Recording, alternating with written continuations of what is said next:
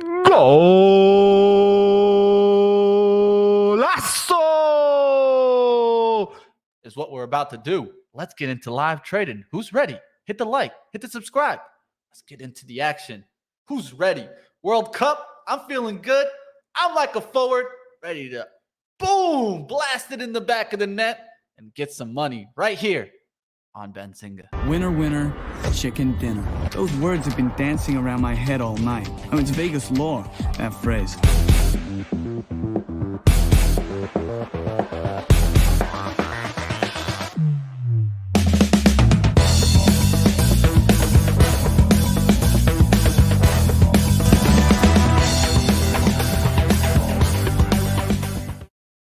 Good morning, traders. Let's get right to the action. Let's bring on the boys. The boys. They're here. What's Let's going get right on? to it. How we doing, boys? Did you Good. guys Good enjoy morning the to weekend? ya. Oh yeah, eventful for sure. Oh man, I still need another back massage after One sec, sorry. finishing this book. I mean, come on, bro. How long you spend the weekend reading that, bro? Bro, let's just say I finished it, and it's like, Oh, you did finish it. Nice. yeah, I feel like now just doing one of these, like, can it get into the head? Just That's like crazy, dude. When's your exam? if you smack yourself hard enough with the book, does it go into your mind? That's what I'm wondering. When's your test? December 10th. So just finished it out. Now I got to get the study guide out. Now I got to get the study going. Going to do a lot of studying during Thanksgiving time and take some time to just focus on that. But learn some good things. And that's what it's always important, right? It's always trying to up the skills. There's one thing that I've definitely learned is that if you feel that you've known everything in finance, you don't know it. Because you need to continue looking for the knowledge out there to continue having different things under the tool belt. That's what I always think is an important thing, is that there's not one way to trade. And if there is one way to trade, trust me, I probably would have found it by now. But one thing I can tell you that is that you have to go ahead and work different tools, learn what works best for you so that you can have multiple tools and also be able to trade in any market environment. This is the other important thing that I feel a lot of traders just don't grasp. They don't understand that trading in a bear market, bull market, and sideways markets are three different areas, and majorities of strategies are not going to work in all three. Yeah. They might work good in a bull market. They might work good in a sideways market. They might work in a bear market, but that doesn't mean that they work in all three. Very rare strategies work in all three types of market. And this is why you always need to be doing back testing. Backtesting. If you're not backtesting your strategies and really working to develop a kind of non-discretionary system, meaning that you're not making those, those decisions. It shouldn't be a decision that you have to make when you're making entries. It should be more along, this is objective. This is how I'm going to take the strategy. And that's what I'm going to be working more towards in 2023. If there's one thing that you guys will see me working towards, it's getting towards more of a mechanical trading and maybe even potentially coding something to trade for me. That's my big thing for 2023 that I'll be working on. But you guys start thinking about what's your big thing that you're going to be working on in 2023. You know how to Let's code? get to the markets. Or is that what you're going to learn? I know a little bit of Python, but I also want to get somebody that knows a lot more of Python, and I do know some people that know it. So it's just kind of more of a working what I want to get coded and having someone that can understand that. That's the hard part there. So the language in between that we need to kind of work out so that we can get towards that trading. But look towards some more back testing and look towards some more kind of portfolio testing. I'm going to be trying to change things up here at Benzinga, like always, to bring back some value to you guys. Let's get towards the trading action. What do you got today for me, Zunaid, as we take a look at some charts? Disney, ticker DIS, is what I'm taking a look at. And again, I apologize. I have to get rid of the watermark. It just disrupts my charting. But if it really bothers the chat, I can put it back up. You can also take a look at the top left to see what chart I'm looking at. Hopefully I'll do a good job of calling it out, but I'm taking a look at Disney. Of course, you had Bob coming back as CEO, I believe, is the news that everyone's been excited about. And so the $100 level is a level that we're going to get a chance to possibly play this one. So I've got 200 shares out for purchase here. starting with $50 increments or 50 share increments at $100.14, 5 cents, $99.84, and $99.66. My stop loss is probably going to be $99.40. So this could be a very quick trade right out the open. So we'll see how this one kind of goes. Matter of fact, I'm going to go ahead and change up my profit taking and all of that later on here. Yeah, Bob's out and Bob's back in. Exactly. The Bob that everyone likes is back in. But that's what I've got on Disney, ticker DIS. Matter of fact, maybe I will. Here, you know what? Let me actually wait, hold on. Stop moving the price, guys. I'm trying to get Disney shares here on E-Trade if I can. I'm gonna go ahead and put an order in to purchase it at $100.05 in pre-market if I can get it. I'll let you guys know if I get the fill. All right, let me go ahead and move on to some other tickers here. Let's talk about Tesla. Tesla. It would not be surprised if this one tries to go ahead and reach the 170s sometime this week. But if we go to, let me go ahead and remove, where is it? I can't even find now. Whatever, we'll figure it out later. There it is. Regular trading hours. Here's the 65-minute chart on Tesla. I mean, you can see we kind of went below the lows, but we reclaimed it and we moved right ahead. So to me, if we can go ahead and get below the 177.11 area, I understand it's at 176 at the moment, but in terms of a retest to 177.11, we can possibly go ahead and reject from there and come on back down to the downside. And give me 1 second. I just saw it, Ryan. And then you could possibly go ahead and see the 170s. That's what I would possibly go ahead and see on Tesla. Let's go ahead and check out Apple here for us. Apple, that 150 level has kind of been holding, right? Not maybe as strongly as some would like, but here it is at that 150. Right, nice little beautiful bounce off of the 150. And then obviously it's holding. So if you're short, you're not a fan of that. But if you're long, that's a nice little area for you to be. And of course, if you want to go long on the breakout, the 152 area is one for me to go ahead and get a little bit more upside. So we'll see if this one moves over the 152, possibly reaching the 153s. And then, of course, the 153.61 is another area of resistance that I have right over here on the 15-minute on ticker AAPL, Apple. And let's go ahead and take a look at the SPY here. SPY, the 399.41 level, went ahead and broke. And, of course, you had highs made here around the 402, 402.33.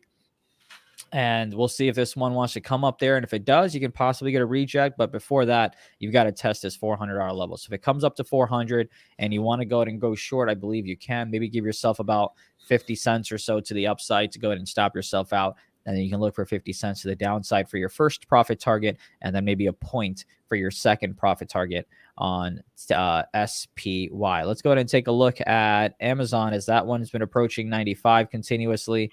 Obviously, we're well below 95 at the moment. We're currently trading at 93.35.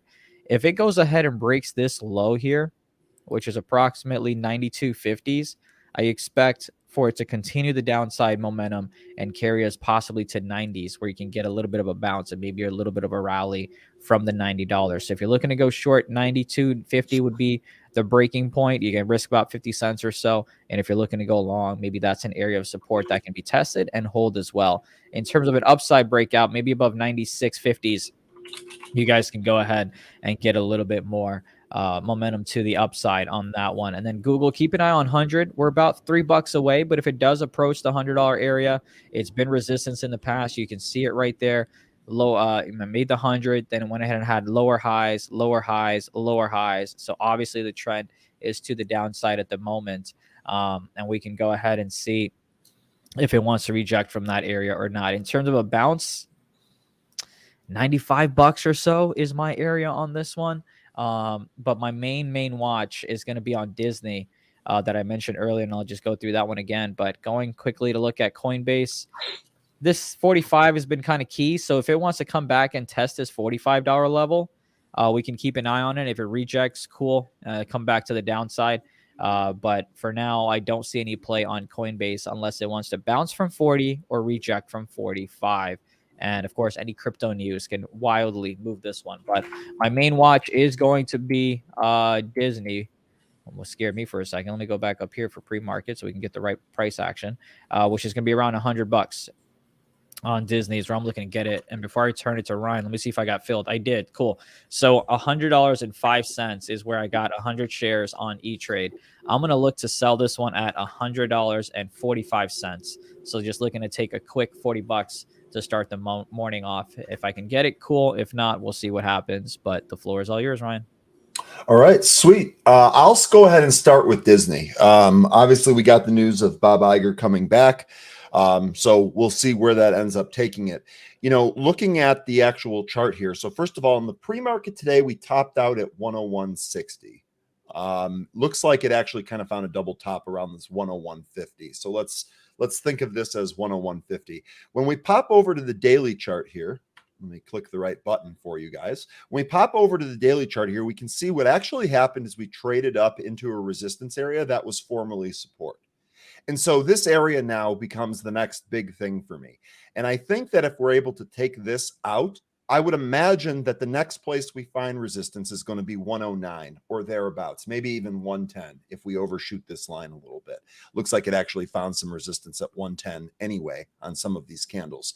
So the way that I would play this is if we can make it through the 101.50, and I don't necessarily mean an intraday pop there. I think that if we're able to have a close above one of those levels, that might start building a potential swing here, even if it is only for, 9 or 10 points. So that's one of the things that I'd be watching for. Day trading, obviously completely different. We can go back and forth fairly quickly on this. And I would actually use some closer levels, but just to kind of keep in mind what's going on here with Disney. And I think that, we've obviously already come back in. So we'll see if we get any resistance around 101. I know, Zunaid, you were saying you were looking to load up at 100. Looks like we bounced off of 100. Pretty good already today. So I wouldn't be shocked if we test this level here again. So we'll see. So for Disney, actually have a potential swing, especially if we can get above that level and close it.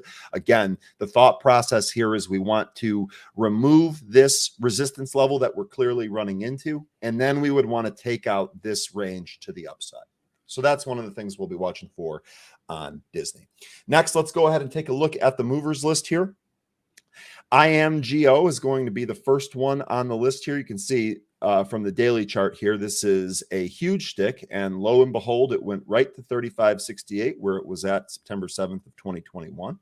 When we zoom in a little bit here, you can see this stock is actually getting bought out by Merck for 36 in cash. So we're actually right there. We're just about 33 cents under this. No trade here on IMGO.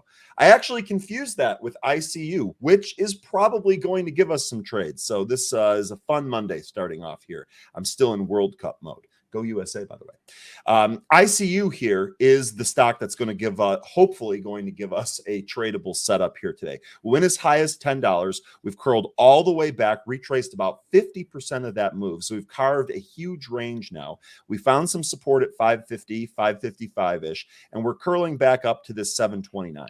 I'm going to watch a VWAP here because I suspect that as this gets extended from VWAP, both from the upside and the downside, there's probably going to be a regression to the mean in the form of a pullback or something of that nature. So I want to see if this can actually take out 729. One of the things that we're going to be watching for here on a potential day trade is going to be expanding volume. That's going to serve as our trigger to know if we're going to be able to get into this. So I'd love to see a move through 829, 830 towards 8. And if we really get lucky, maybe we can get this thing to go up towards 10. And if we pop 10, who knows? I'm not sure. We can check to see what kind of short interest. We don't actually even have any short interest data on this. So I'm not sure necessarily how squeezy it's going to be, but we'll see what kind of action we get here. Again, what I really like to see is this 730 area taken out. Next is going to be SHC. This is Sotera Health. Now, we did pop up to 824. Good news here is that we really didn't retrace a whole lot of this move. We came back down, found some support at 730, and now we're trading back up towards that 8 level. So the level that I'm going to be watching here for the upside is pretty much going to be 8. Would love to see, again, some expanding volume and a move through 8. You can see our big volume sticks we got early in the pre-market here. We're going to need sticks of that size or even greater in the regular session if we're going to take out this 825. So this is going to be a fairly simple one too. Let's just watch for volume to determine whether or not we're going to take this trade. Next here is going to be MMAT, and this is Meta Materials. Now, I feel like we've talked about this one quite a bit on the show here before. We've actually traded this here before. This went as high as 230. Let's see if we had any news here. Don't see anything. They surged after the offering.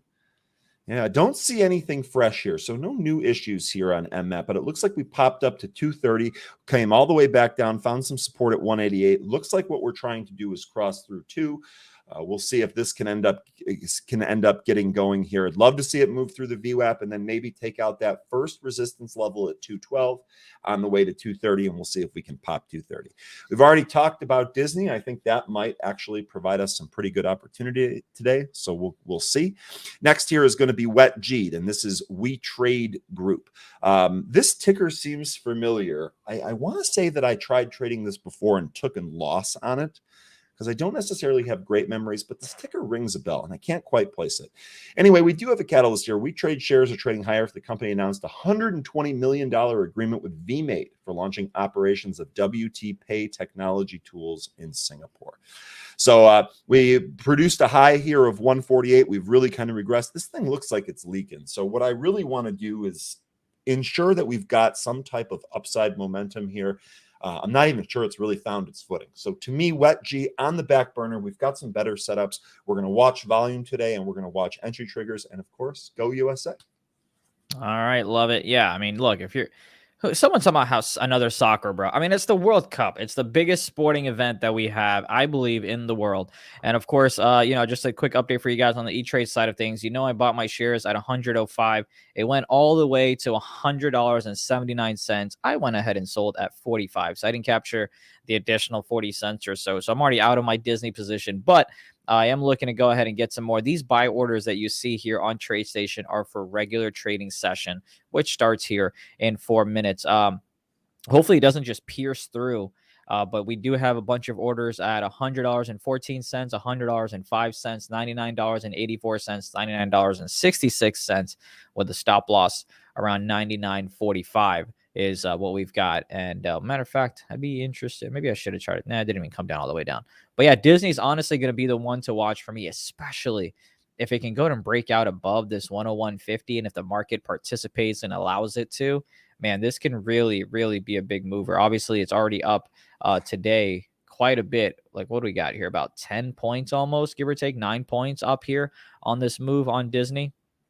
So you've got a bump up about $8.50 so far, which is about a 9% move on ticker DIS. So that's kind of my main focus here for today. And of course, we'll continue watching Apple. Maybe it wants to go ahead and see if it wants to behave well around this $50 area or 150 area, or what it wants to do. You do have a pre-market low, if this wick is to be believed, around 149. So keep an eye on that. And then a breakout above 140, 151.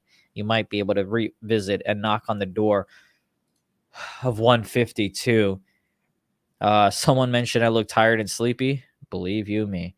Let's go ahead and let's see if there are any other tickers that you guys want to talk about in the chat.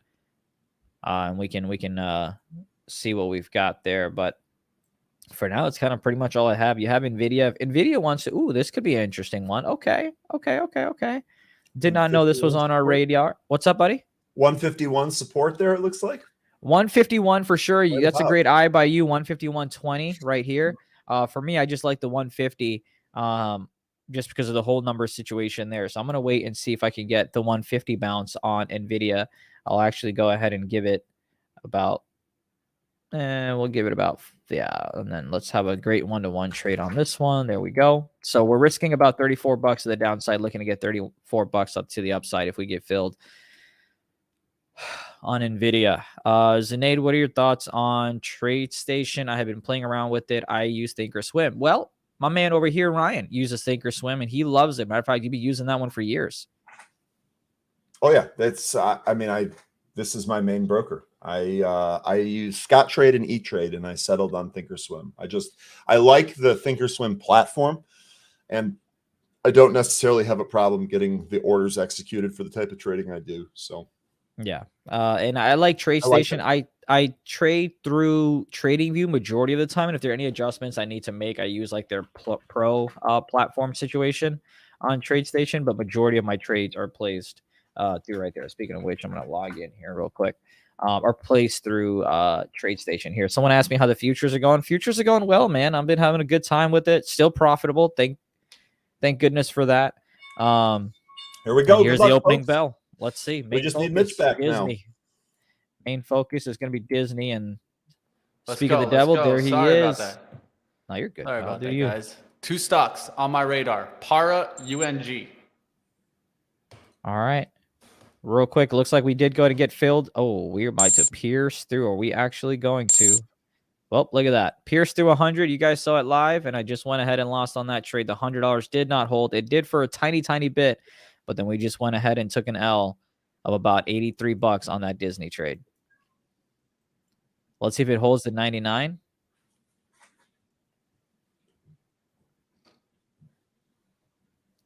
Yep, 99 held. Nice, nice.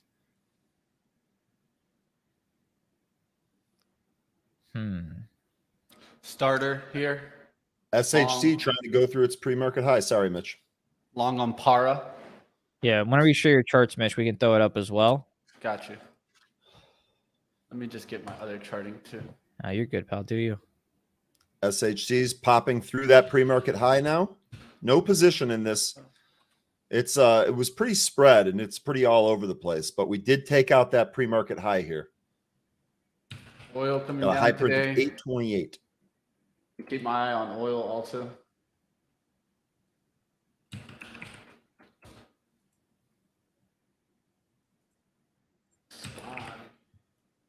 Oh.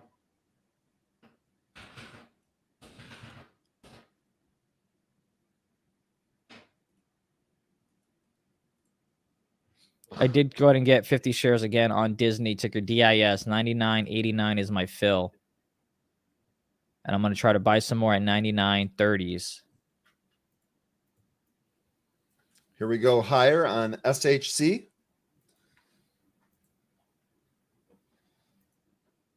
This one working here. Let's check our daily chart and see. Okay, so now it looks like we're kind of into a gap here. Looks like the next spot here on SHC, 975. This thing is, now what happened back on that day? That would be something to check out. September 19th. Let's take a look. Here, while I research that, I'll throw Zunaid's screen back up. Yep, here's the Disney Share trade. your screen when you get a chance. Let's go ahead and see. Yep, you've got yours up. I'll throw it up there. Boom, here you guys go. I'm in Para, got a little starter willing to add here on the pullback, but just I'll be giving right it a back, second fellas. to kind of balance out, and then going to look for another push towards 19. 19 is really the breakout level. Don't want it to break, especially 45 here. Just got a quick little starter here, so can add, looking at this position into thirds there. But XOM is one that I'm going to keep on mind. SPY getting a little bit of a push up here. We'll see if the SPY can really hold towards around 395.60s or 395.80s. Did give a little bit of a pump there, but came right back down. We'll see if it can actually hold up there. It's holding around the 395.20s on the downside. We'll see what happens on these stocks today. UNG is one that I'm keeping on watch. I think natural gas is going to start getting that uplift. So keeping a close eye on natural gas today to see if it's going to push towards 2150s. That's definitely one to watch. Here's Para pulling back towards that gap spot here where I'm going to add. Okay, got an add there. Now can risk down here. Risk is going to be right towards the 1832s. 1832s, I'll set a stop there now.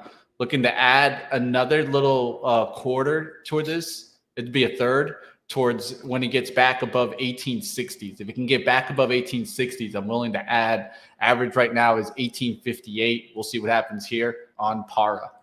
Okay, and real quick, Mitch, let me just go through this. I'll flip back to you here. So SHC, Solera Health, or Sotera Health, excuse me, broke through that pre-market high on good volume. So we got what we needed. Now we're in an upside halt right now at 861.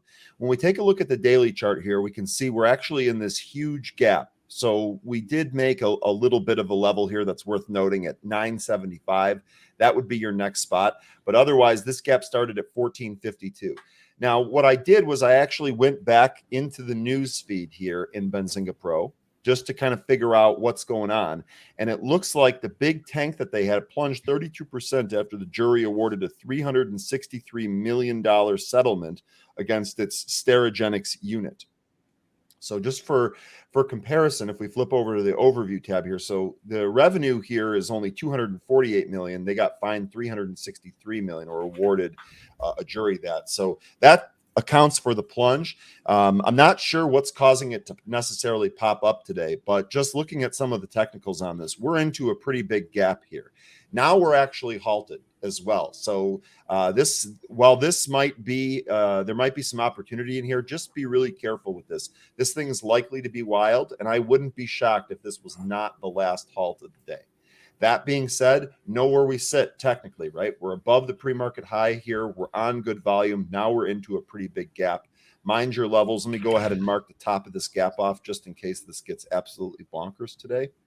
Want to have that noted right there, about 1450. So just keep in mind what's going on here on SHC. I have no position at the moment. Disney, yeah, the position that I'm in at 99.89, that's been okay. Right when I say it, was it profitable when it wants to come down a little bit, but going at the 1 minute chart, you can see I got kind of filled here and it went all the way back up to the 101s. I'm being greedy this morning. I'm looking to sell at 101.34s. I could have sold here for a nice 40-50 bucks or so, but I decided to hold on to it. I'm also going to be more greedy here. I have the 101 calls expiring this week on Disney. My fills were 153 and 157, so my average price is 155 on these Disney calls. I'm looking to get out of one contract at $2, and the rest, I'm going to see if it wants to move for the rest of the day, because I'm looking to focus on less trading and more movement in the stocks. But that's what's going on for me on Disney, ticker DIS. I am seeing a bunch of $100 call options coming in on Disney as well that expire on December 16th, maybe about $500,000 worth or so. So that gives me a little bit more confidence that hopefully the low for Disney has already been put into the stock. Yeah, I see some of those too, by the way, Zunaid. Yeah, it looks like it's either multiple orders or multiple buyers, because that's split into several different transactions. exactly. Yeah, I like it. If it can get here on 99.70s, I might even join it.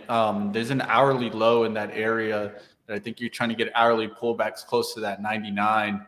I'd already bounced somewhere near there, so let's see what happens here on this pullback. Broke beneath 100 here. We'll see if it can reclaim it or if we have any more downside push. Para's back to that 1860 that I talked about. So on this pullback, I'm going to be looking to add closer towards 1855s, 1850s, can add, and then looking for the move on Para back towards the 1890s, going towards 19 today. We'll see what happens on this one. So now you guys see levels in on here, levels in on here, and we're about 58. So what I want is actually a better entry than 58. Want it to be at 55 or 50s, and then I can risk towards the low of the day, looking for the push back towards the upside. We'll see what happens on Para today. Why do I like Para? Because of the Disney news. That's why I'm trading Para. How's some Pan W? Looking around to see what's moving today. It looks like utilities are in the green, real estate in the green, financial services slightly in the green. But other than that, energy is down, technology is down. Those are the two areas that are down from the open. There's Para, nice little pop to 1866. So now I'm just going to put that order out there to add. But if I don't get the add, I'm okay with it. So I'm looking at like 55s on the add.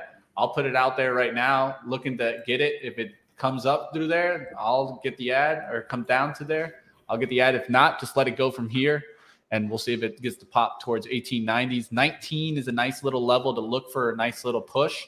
I'm not even going to be selling there. I'm going to be looking for it to start playing through the high.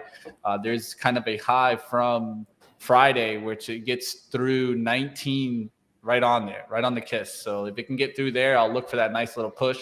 Next level stop will be around 1920s, and that's where I can take some profits, and then we'll look for it to run, maybe even potentially to 20 today if we have a good day in Para. All right, Disney's kind of coming down here at 99.65. Not a fan of the fact that it did not hold the $100 level. Yeah, I'll be working on that slight echo. I need to get a little bit of some budget to add some things to the office here. So we'll get some soundboards on the walls and stuff like that. Some sound foam, make my room not echo as much. Maybe get a big carpet in here. But I just had like carpet office for a while. And this is the first time that, yeah, it's definitely better when I'm closer to the mic. It doesn't pick up the kind of the room echo. Disney coming right back to 100, but it's got to break above it. Now, what I'm upset about in terms of Disney, let me make sure I put me up, is the fact that it's below VWAP, and now is this 100 going to just act as resistance? You know, it acted as support for so long, but now is it just going to act as resistance? That's what kind of worries me, especially because now not only does it need to get through 100, but it needs to get through VWAP as well, which is around 125. So not going to lie, to me, this looks like a bad setup in the sense of I would not get in this trade. So I'm actually going to go ahead and cancel that buy order there just so I can limit my risk and maybe get a little bit to the upside. So that's what worries me. But if you look at the 5-minute candles, obviously for the past 10 minutes and the 5-minute candle we're currently in, it's made higher highs. So that gives me a little bit of confidence, but not enough to where I want to add to this trade. And keep in mind, I don't like to add to losers simply because they're down. I like to add it because it gives me a better risk reward to where my risk off area is in general, period. But let's see if we can get it over the 100 and the VWAP as well. SHC did make a move to that 975, didn't quite get there. Looks like it's kind of pulling back a little bit, but it's still holding up here. This is not out of play here yet on SHC. A little bit wild, though, not for the faint of heart.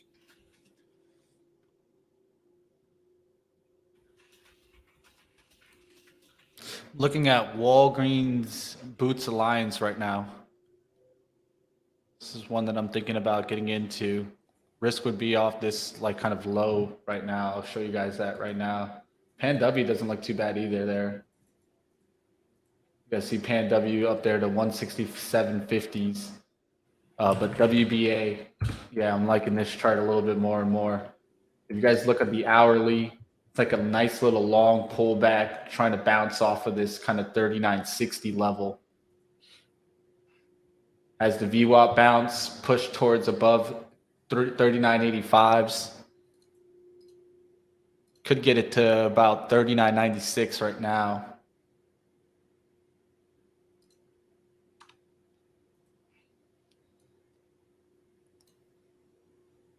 See, we get a little pullback here to the 80s.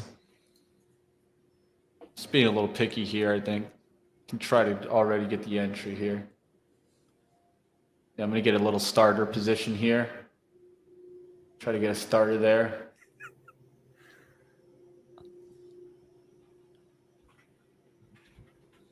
SHC still unable to take out that 960.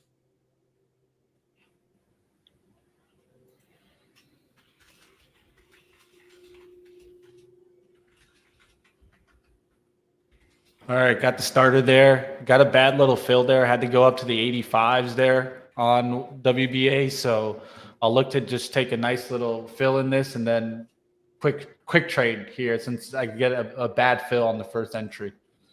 Should have been closer to 80, about 5 cents a little bit above. So I could get some pullback, but we'll see if we get the push up towards the 39.95 and the 40.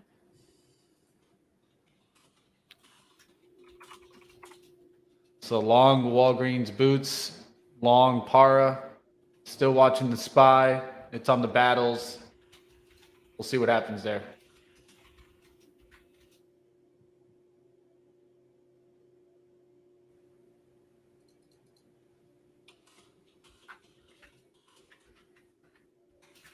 Sorry, man. Just give us a second. We're just dealing with something on Slack.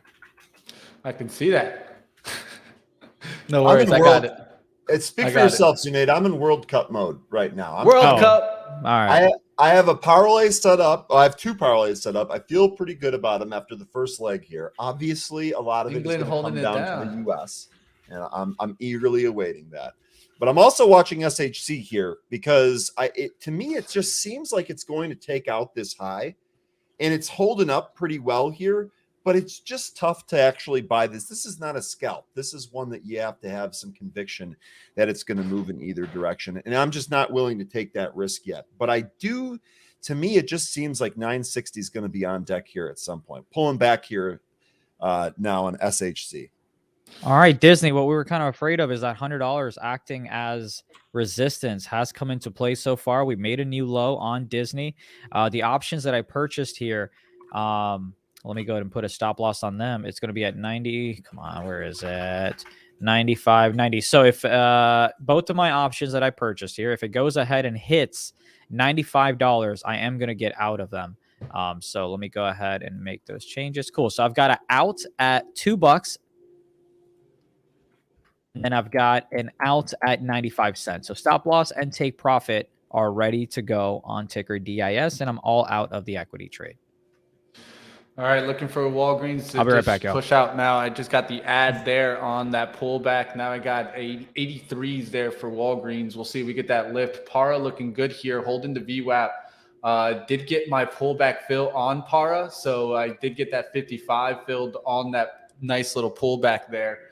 That was a great little plan, Mitch. That thing's working out nicely. Nice job. Yeah, what I liked is I put it out there and just left it alone. I didn't even look at it. I was like, will it fill? Will it fill? And it pulled right back to it and right back towards that fill there. Now can look to see for the push. And now we hold this low of the day for the risk. And then we look for the breakout. And so that puts us an average on Para at 57. So we're slightly just underneath the support right here. Good risk to reward now, I feel like. We just need to see if it goes.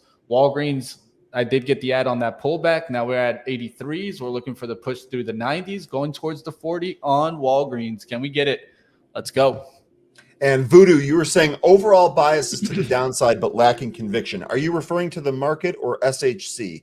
The only reason I wanted to clarify that is because I was last looking at SHC when I think that comment came. But judging by your second comment, the short week won't help here either. It seems to me like what you're talking about is market direction. If that's the case, I'm right on. To me, I seem like the overall bias is to the downside, but we just don't necessarily have that conviction yet. SHC looks like it's trying to hold up here. Did make a pullback towards its VWAP. I got VWAP here at 894. Looks like it tried to come back in there, couldn't quite. And this bounce doesn't necessarily have a lot of strength. So we're just going to kind of wait for this to set up a little bit better. Still really, really impressive volume here and definitely into that gap zone.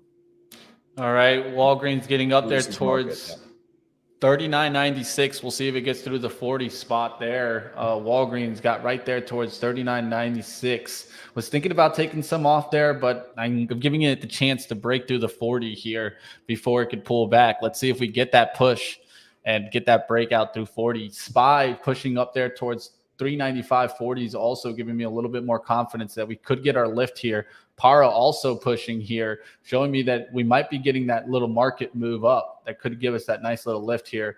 We'll see if the market continues to push on the day. It has been making a nice little push from that low today. And now we're getting that push. Let's see if we can get through the 40s here on WBA. I'll take a little bit out there and then look for it to continue running through the 40s. Let's see it. Walgreens Boots Alliance. Do you guys hear the landscapers outside with the leaf blowers? No, the noise cancellation is canceling out most of it today. Okay, so good. Let me know. good. I can always mute in between comments. No problem. Got you, my friend. I'll let you know if we need it. We're good right now. Sabrina talking about Qualcomm oversold. So if you guys want to maybe take a look at that, I will definitely take a look at some of the stocks that you guys are mentioning, Chad. I'm really just trying to nail in some execution trades right now and to get some nice profits on the week started. And then I'm all here for you guys. So keep calling out stocks in the chat. We'll keep trying to roll through it. And I'm going to bring a little bit back of my music, man. Zunaid's not here, so let me go back to my nice little chill vibe mood in the background, and we'll keep rocking here. Voodoo, someone, the Crow, what's up out there? Shoplifting 50% year over year. Woo, shoplifting up. Everyone's getting that shoplifting game started. Yeah, there's been a lot of smash and grabs that I've seen out of California, right? I mean, that thing's insane out there. So, yeah, shoplifting is up. And that affects different companies, probably worse than others, but That was one of the things that was the most interesting out of the Walmart and the Target reports, were the shrink and how companies are finally starting to talk about it.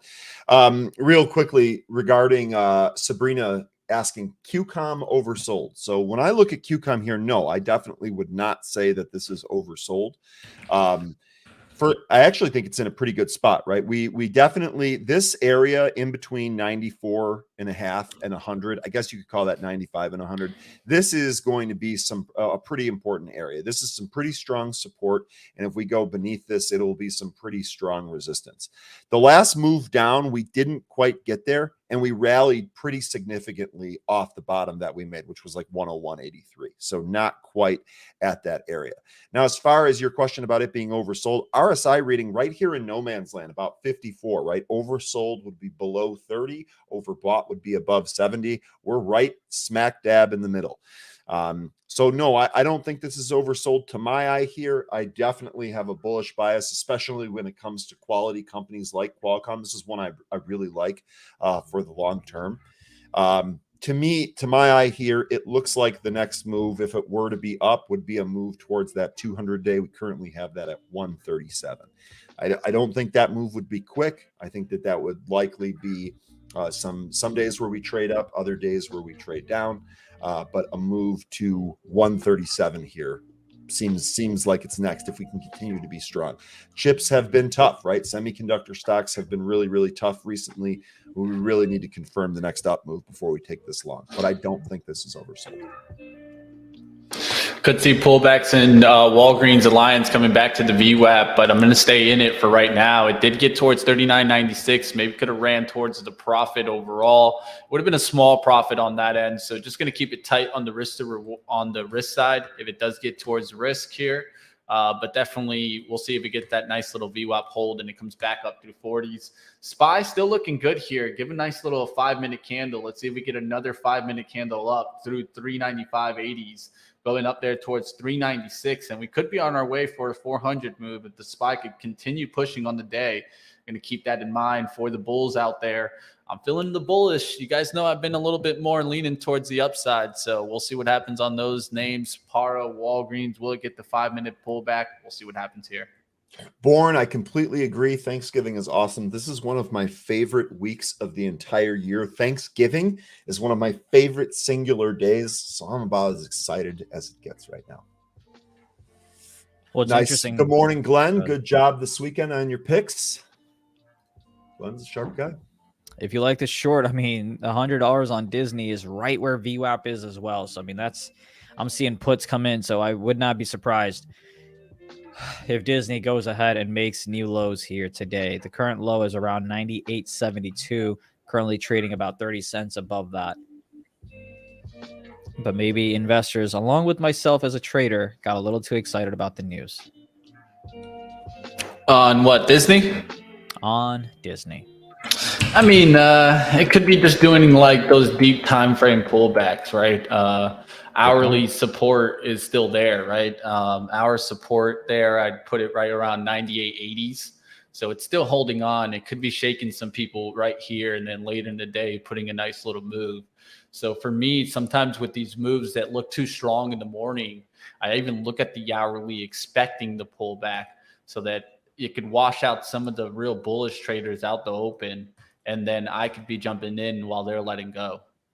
So I'm not saying that that's exactly going to happen here, but Disney off of 98.80s, I like that risk. So if, like I mentioned earlier today, if I could get it at 99, maybe risking off somewhere slightly below that 98.80, it's not a bad level to look at.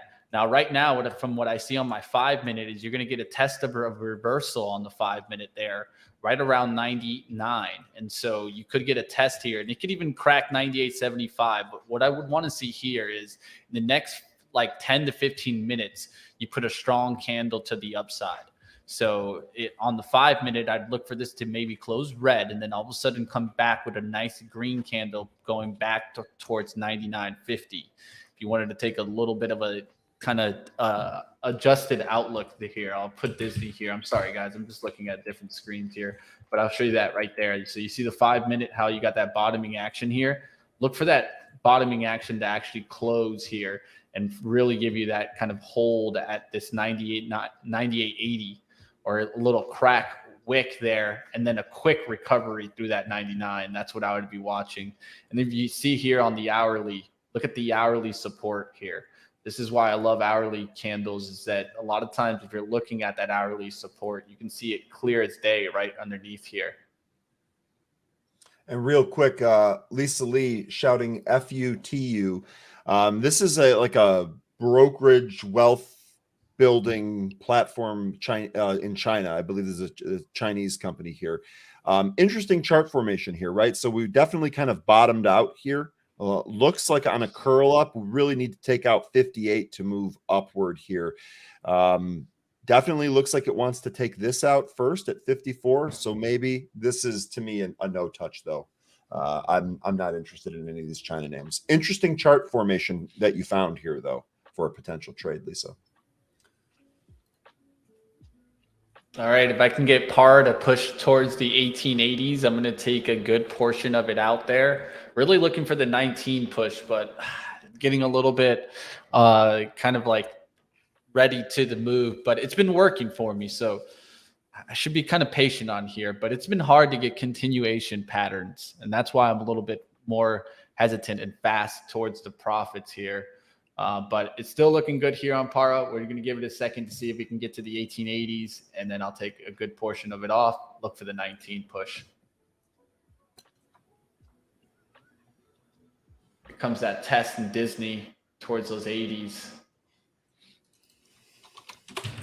If you like Apple to the long side, it's currently above VWAP. You can maybe give it about 30 cents to the downside, but you are going to face that retest of 150. That could be a bit of a hurdle to get over on Apple, excuse me.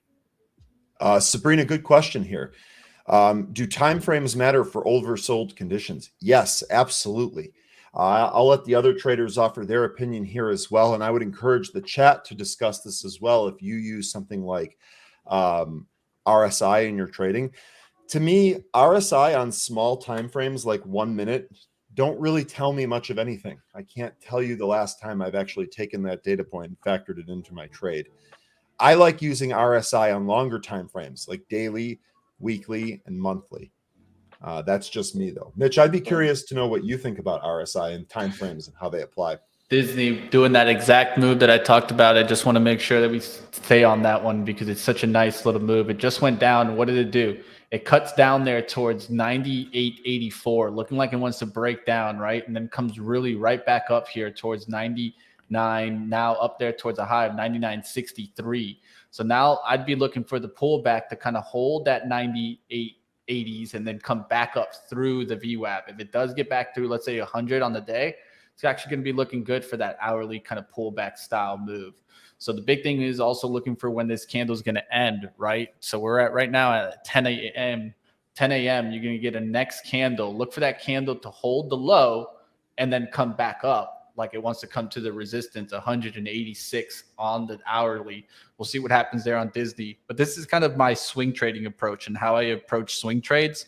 How I approach swing trades a lot of the times, I'm looking at hourly supports and I'm trying to understand risk to return in a kind of lower exposure type of outlook. So for like Disney, right? What makes me think here that I can't get in maybe at 99 and risk to 98 or 97 with a low amount of shares, right? We're not talking even 100 shares.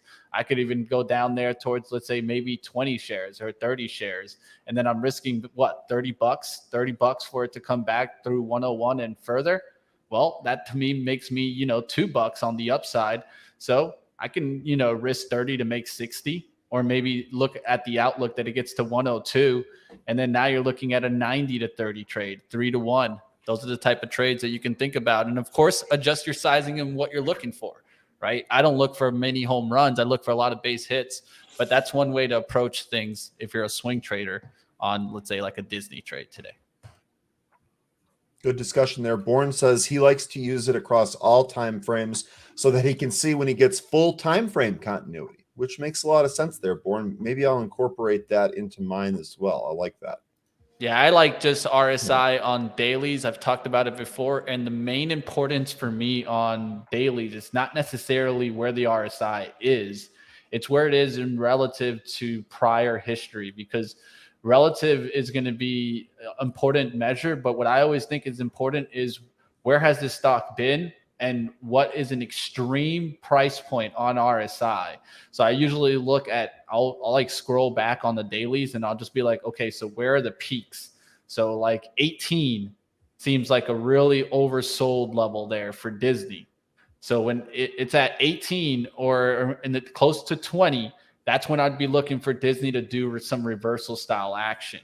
And so you can even see right here when it got down there towards 27, we got a little bit of a bounce. So it looks like in the 20s, it looks like a good area to looking for bounce. And you can look back on the history chart and see how that kind of level reacts. So that's when I think RSI gives you an advantage. Only when it's at oversold or overbought, in my eyes, does it give you some edge on the charts. And it's on the daily for me. Sorry, SHC got that knife you were looking for, Crow. I'm actually watching ARDX here. This was one that was on the on our list several times last week. Looks like we're trying to curl here, but keep in mind, for this to really get in play, we really need to take out Friday's intraday high, which was at 219. So a move through 219 makes this interesting, but I did notice that we were curling after the sell-off and we found it right at support here. So ARDX not on the list yet here, but definitely watching it. Keep that in mind. And SHC, Crow was saying here that he felt like a knife was coming, and it looks like we did get that. So this is one of the reasons why I was marking off this area and saying that it was interesting that it was holding it. It really needed to keep holding it. As soon as we broke beneath 912, we actually just kind of took the next leg down here.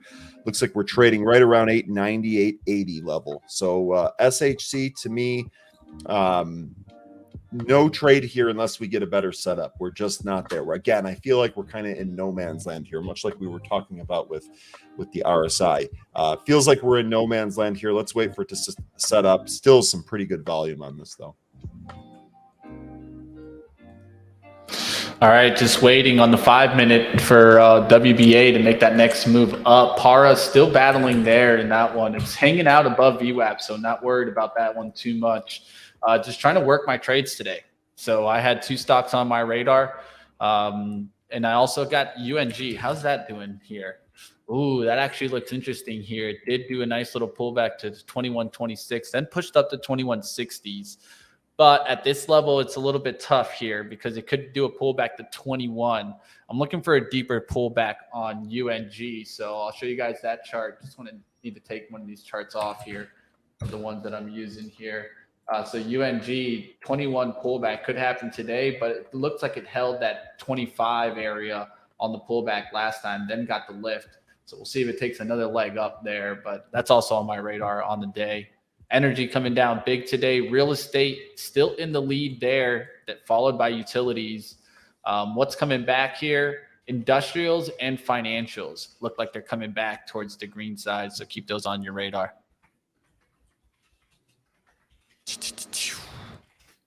Time to get some orange juice. Let's go, stocks. I ran out of orange. My last glass of orange juice. No.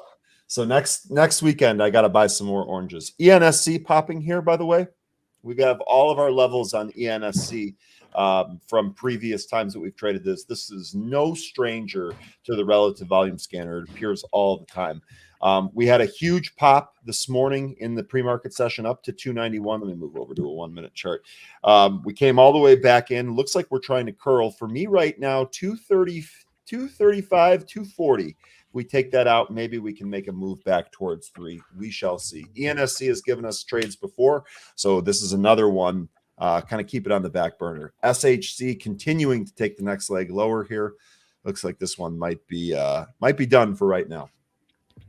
Apple went ahead and rejected that 150 area. Let me put my charts up here. You can see the 150 here, just straight, beautiful rejection. Missed it by maybe about 4 cents to hitting that 150. But I just haven't been paying attention to stocks that well, so I didn't keep an eye on it. But that's a nice one rejection off the 150 that we've been telling you guys about, to keep an eye on that level. And we'll see if it goes ahead and closes below VWAP. You also have the SPY that's coming down below VWAP as well.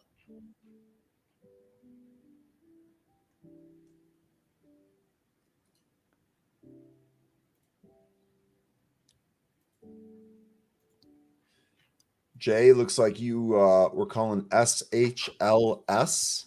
Nice little move up there. Sorry I missed that. I try to pay attention to your shouts, but I must have missed that one. I'm sorry, my man. Nice little pop there. Blew right through 30.50. Got as high as 32.50 or thereabouts. All right, got to make some adjustments. Looks like we're not going to be having Benzinga live all week, so need to change this to just live trading stream. All right, let's get it running. Adjustments. And speaking of that, what do we have on deck? I mean, obviously Thursday's Thanksgiving, right? So don't be the person that shows up thinking you're going to trade on Thursday. Enjoy the day. For Friday, we have a half day. We're not on. I know I'm not on. I don't know, man. I just might just do live trading all day today. What do you guys think, chat? What do you guys think about that? Man. About to call the pivot. I think it'd be great, especially if you can do some trading education during the slow hours, you know? I think the chat would like that.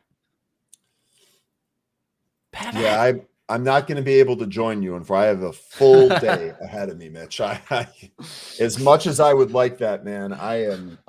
Well, let's see. Maybe Para and Walgreens gets me going here, and then if I make some money, I'm feeling good. Who knows? But definitely smash the like button. We'll let the likes determine. I mean, I do have maybe an interview or two today, so maybe I'll just run them right here on live trading on Benzinga TV stream. But I might not be able to leave today. I have to just stay all day. Might just be you and the chat. Might just be. You know, just because you even suggested that, I'm going to go ahead and like the stream myself. Oh, I got Hatfield, JD Hatfield at 115, but I can just bring him onto here. There's nothing wrong with that. Maybe I'll take a little bit of a break. We'll see.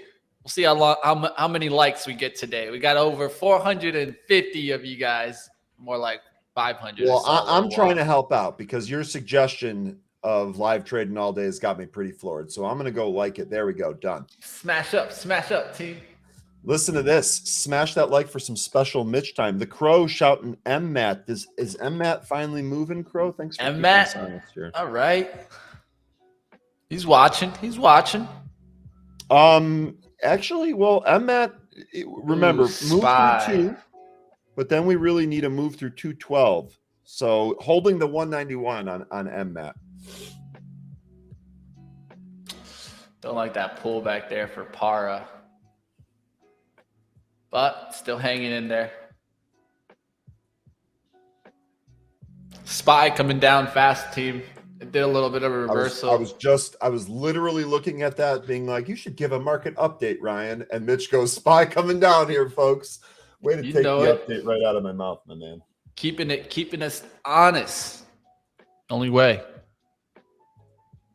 William, please try to keep the caps to the tickers, but I got you. CVS is what you want to see, William. CVS, we'll take a look into it. Let me just go ahead and put it up on a chart here. Yeah, market definitely rolling over here. Right on the lows. Yeah, I got to keep watch. I want to stay in Para through this little shakeout here. Because if it could hold 394 at 40s, we got a couple lows there. Let's see if we hold there. CVS is not a bad one to think about. CVS is definitely also in my space, right? Kind of similar to the Walgreens trade that I'm taking there. Let me actually put it up on my kind of main so I can take a look at how those stocks are doing on the day. What's up, man? Big sweep on Uber just now. The 30 call that expires December 16th. 300K. Someone swept up 2,800 contracts on Uber right here. All right. Zunaid, do you see that? I do, yeah. Yeah. Approximately $300,000 worth, yeah. Yep. Is there an hourly support or something that we can go off of there? That's what I'm looking for, Mitch. I don't necessarily... Daily support. Yeah, I mean, the hourly chart. Take a look at that hourly chart. Tell me what you think about that. It's not great there. Yeah, I mean, I see if it recovers that they're looking at that maybe that 2840s. 2840s as being a low there. Yeah, you could see it acting as support there. That's what they're going to go off of, probably around the 2840 level that they might be looking off. We'll see if it gets back towards 2870s. Got some turnaround action there. We'll see what happens. I just thought it was interesting. I saw it flash across the tape. And by the way, so that's one of the things that I'm doing here. So real quick, just to kind of tie that together, or put a bow on it, whatever you want to say. I saw this. I was just watching the unusual option flow, and I saw this big number 2780, and I saw it was a $300,000 trade. They paid $1.07 for the contract. As soon as I saw that, the first thing that I wanted to do was take a look at it on the chart. So I clicked on it, brought it up in the chart. Mitch, you then suggested, do we have any hourly supports that we can work off of? Changed it to the hour chart, and this is what I saw here. So this does look like a support that was at one point resistance. This level here, it looks fairly important. So I don't know. We'll see where that trade goes. I didn't take it, just thought it was interesting. First thing that I did there was some more due diligence on it. MO, some cheapies being swept up here on MO. All right, we'll see what else is going on out there. Definitely smashed up. Appreciate you guys hitting the like button. Definitely on CVS, I see a nice little gap fill on the daily now coming back up. We'll look to see if it can get back towards 100. That's going to be a vital spot where it could slow down, but definitely just holding on right now. It looks good. The chart, the trend's your friend right now until it isn't. So to the upside, I actually like it here on the dailies. Might get there. It's battling in the 99. Look to see what happens there, and then the next level for you, 100. But doesn't look too bad. Could eventually get there back towards 100 and 102s on the chart after a little gap fill on the daily. All right, what's going on out there? Yeah, soccer later today. Definitely going to get excited about the USA. I can't wait for it, Mitch. Let's go. MMAT through 2. So next spot here, going to be the intraday high of 209 and then 212. So that level here, that would give us a trade. 209, 212 snap here on volume would give us a trade on MMAT. A little later today, I might have to take a look and give you guys a link so you guys can play some So Rare Fantasy World Cup. Who wants to do that? I'd play with you. Sounds fun. Yeah. I'm sure you guys are about it. And it's free. Now that sounds even more fun, right? Oh, yeah. Oh, yeah. Free, and you can win a prize. Why not? Let's have some fun. Keeping an eye on the futures here. If we can get over VWAP here, currently trading at 39.61s.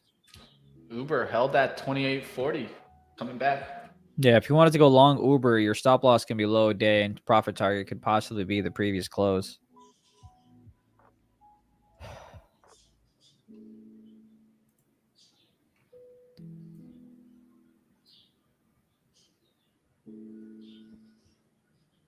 Walgreens doesn't want to get back above the 39.90s. That's going to be an important level to watch here. It's creating that kind of third support here. I'm okay with a test to even 39.78s. Don't want it to break 39.75s. And then we're really looking for the 40 breakout to give us a nice little lift on the day. Maybe they didn't take enough shares to just take the quick profits there at the 39.90s, and maybe might be a little bit picky. But I'm looking for the nice little push above the 40s for the risk and return to make sense there. So we'll see what happens on the day.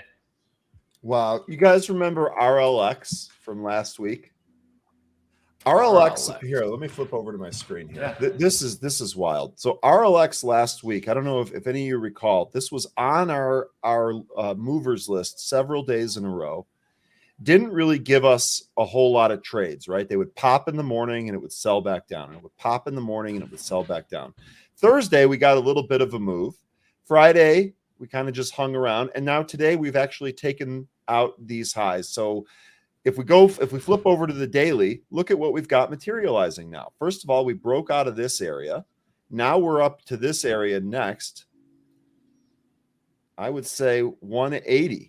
And we're currently at 182. Let's see where RLX closes here. I wonder if this could actually make a move back towards 4 over a couple of days. This one's not likely to be a quick pop and scalp, but nice little chart formation coming out here. Let's take a look at the hourly just to make Mitch happy.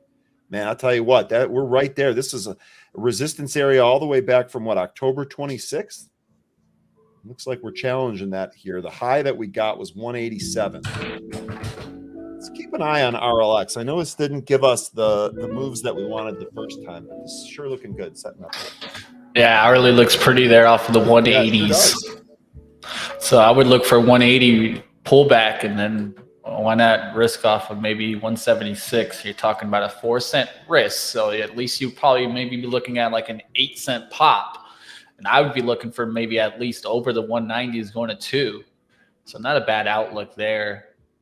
This stock has a tendency of moving, though, only on the daily. That's why I like using ATR sometimes, 18 cents.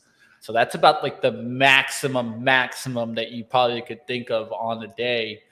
So that puts you up there towards like around, if you got in there, I could think maybe to 98, but I don't even see this getting to $2 on the day. So we'll see what happens there. It doesn't look bad on the daily either. So not a bad chart. No, that's what I'm saying. The first couple of times it appeared on our movers list, it didn't really give us a good trade.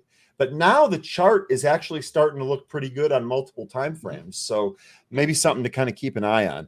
The Crow mentioning PXMD, same with PXMD, a red to green move. Not sure necessarily what you were referring to with the comment, but here we go with PXMD. You're starting to see a little bit of a curl here on the hourly as well, right? So we had popped up as high as 291. We're currently at 210, but we'll see if this actually wants to resolve to the upside. That would do pretty well on the daily chart here also, PXMD.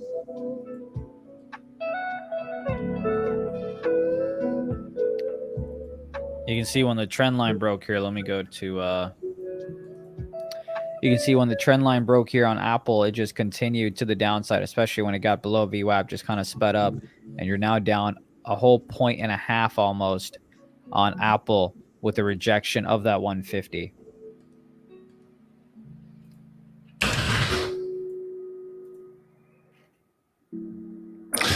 Para could reclaim 1870s. I might even add to that position. Look for a nice win in Para on the day. One thing that I've been trying to do more often is really try to focus on one of the things that I'm sorry for getting a little tongue-tied there. I read a comment and threw me off there. But all the time, Mitch. I hate it. Yeah, it happens to be all the time too. But one thing that I've been trying to focus on a little bit more of is be in less time of losing trades, so that my losing trades are really short in time frame, and be in longer time frame in my winning trades. This can help you out. It's one thing that I've been trying to focus on a little bit more. You guys can take a look at it in your trading and take a look at your data. How quick are your losing trades than your winning trades? You might notice that your winning trades are very short in time and your losing trades are very long. So that means that you're holding it for too long of time, and it's actually hurting you by holding it for that long. So one thing to look at back at your kind of trading results is looking back at that and seeing, am I holding the losers too long, and am I cutting the winners too quickly? ENSC moving right back up as well. Let me go ahead and bring this up real quick. ENSC, we talked about this one, really needs to take out this 240, but we're right there. We're really 236 to 240 here. If we can get moving, maybe we pop here. ENSC, this has given us some opportunity before.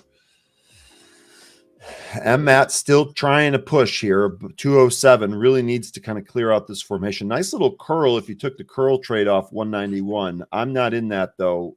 Really kind of waiting for a break. I would love to see it challenge some of these other levels. Looking good here, though, on MMAT. Stopped out Walgreens there at the 39.70s, so I'm out of that trade. Small loss there.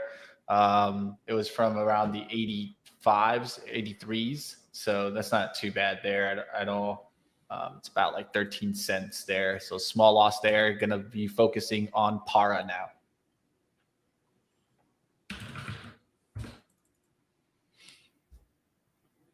England went ahead and put a spanking on it. I mean, come on. You know, it's England. They're going to be doing pretty decent. I want to know who scored, though. That's the fun part, especially with like my little fantasy thing. Well, I mean, they scored at least 6 goals, if not 7. So I'm sure you will get something in your favor. That's definitely a good favor. England's a team that hasn't really gone far in a long time. That could be a stunner team, you know. Jude Bellingham, Saka, I'll be right back. Raheem Sterling, Marcus Rashford, and Sterling! Jack Grealish. I like Sterling. Shows up for big games. Sterling.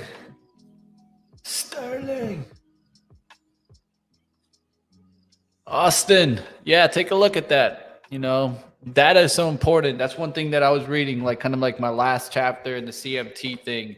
And stay tuned, team. Stay tuned. Right now, I'm on feedback for our Benzinga shows.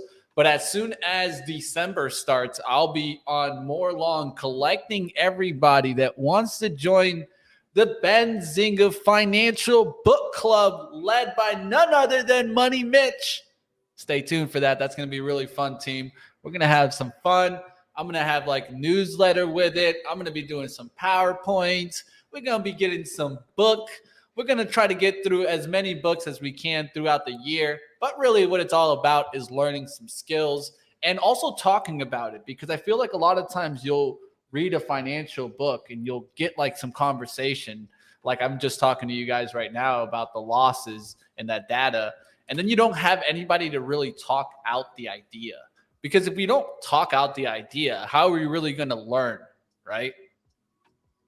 Crow, here we are at 210 on MMAP. Big block there on the level 2. They're hitting it, but we're not able to actually take it out and lift here. We'll see what happens at 210. Big sell wall here at 210, and it's getting hit by buys. It's coming down, Crow. Here it comes. Let's see if we pop here. They took most of it. There it goes, 211 now. So, Crow, what's your plan now? You said that if this was rejected at 210, you were going to dump it. What was your entry, and where are you at now? Okay, they refreshed 210 there and sending it down. So I'd like to hear how you actually ended up playing that. Remember, one of the breaks that I was looking for here is actually going to be 212. So the work we did at 210 was good, but more work to be done.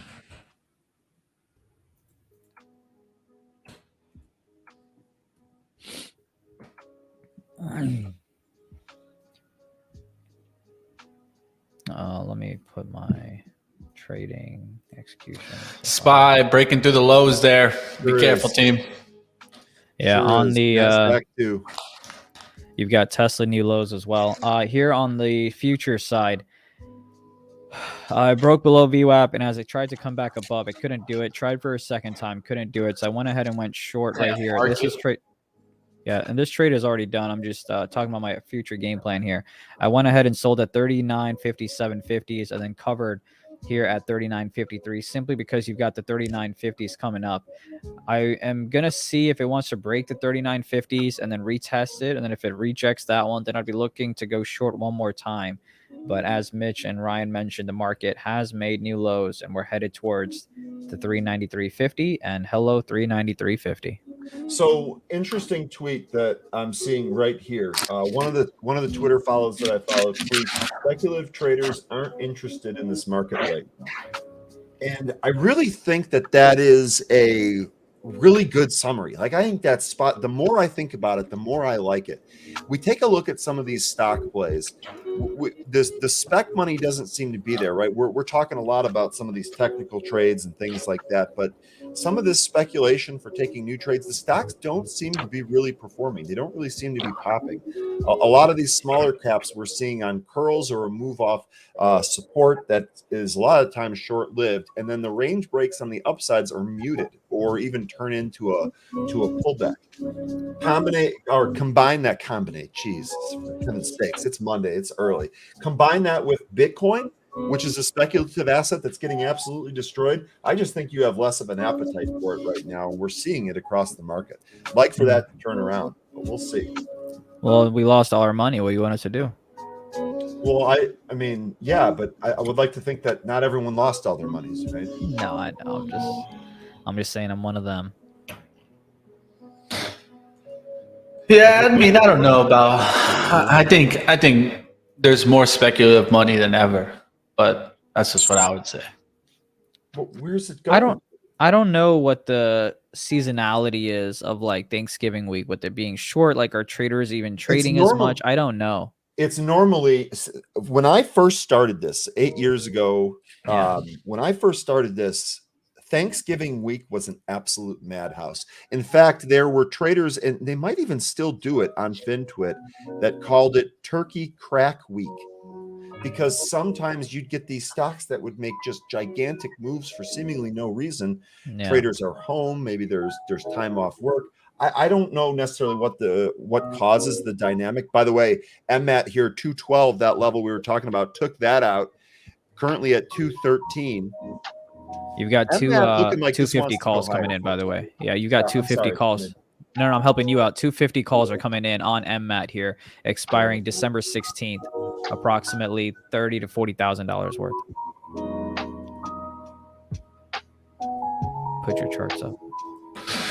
All right, just relax, and you're feeling the vibes today, Zunaid? I didn't hear you complain. About the music, bro. We just trading today. We just said, "I'm feeling that way. I'm feeling It's been that a long vibe." weekend. I heard the music though. Don't get me wrong. So here we go. Someone with more experience than me confirming what I saw during the 90s. This holiday week was crazy volume trading, and I have seen that before. And this is kind of when you were talking about spec money. I'm more on the side of Jay right here. Disagree, Mitch. Lots of speculative money has been crushed this past 12 months. Yeah. That's exactly what I'm saying. I feel like the risk appetite has not yet returned to those that incurred huge losses. And there was a lot of it this year. Bitcoin, NFTs. Bitcoin. Could be. Yeah. Bitcoin, NFTs. I mean, it's been tough. I mean, the market's down what, 20-something% still? From what time frame? What are we talking about? From the highs. I just think, speculative trading for me is more day trading money. And I don't think day trading money's out of this market. I think swing trading and maybe investment money's on the sidelines. But we all know that day traders in every market. That's a good point, Mitch. There will be day traders in every market. Just because I think, speculators are more kind of your day traders. And do you think there are more day traders today than there were in this exactly last year? There have to be less. Yeah, less, but there's probably some bigger day traders coming into this market. I think there are less day traders this year than there were last year. Yes. I would say number of day traders probably yes. I would even say money wise. You would say money wise? Yeah. By the way, Zunaid, to answer your question, we are down 18% currently from the highs. Yeah. On SPY. Thank you. All right, might get stopped out of here on Para. It's pulling back here. Just keeping an eye on it. Might cut it here, guys. So just be careful there. The market's just dragging stocks. Even a good stock that looks good here on Para, just not being able to hang on. If it cracks 1850s, we got to go. I am short the market in terms of the futures here. Just one micro contract here at 39.50.50. Stop loss is 39.56. Looking to take profits around 39.42.50. Yeah, Voodoo, I'm in the same boat. That's what I think too. I think a lot of those accounts were blown up. Unfortunately, but they get more accounts. They come back. I blew up my first 2 accounts. It was part of my learning process, without a doubt. But yeah, I mean, I do agree. I mean, there's probably some, and maybe in your like meme style names, right? But I mean, I trade more like thicker names. So, yeah, well, remember, one of the things that we talked about during those meme runs is how that wasn't normal and that you should not be getting accustomed to behavior like that. Because if that's the way that you were making money, then when that type of thing dried up, it became more difficult to be consistent. And I'm thinking that some of those traders were flushed out probably. I'm at 213 here. Hands on the trigger to get out of Para. It needs to recover 1850s in this 1 minute. If not, I'm getting the heck out of here. And it's looking like I'm getting the heck out. Yeah, I'm not liking it. I'm out of there. Out of Para. It's a little annoying. Was up probably the same amount here. So it's not like I've had like a bad day, but I do have 2 losses. They're really small losses, but market not going in my direction kind of turned around this Para trade. It looked really nice on the pattern wise. outlook there, and I could maybe hold off of the 1840s and stay in the trade longer, but going to be really tight on risk to reward in an environment like this. So just get out of the trade, and we'll look to see if the SPY can recover later in the day. If Coinbase goes ahead and breaks 42, you could go ahead and get 41s and 40s possibly later today. Keep an eye on 42 break on Coinbase.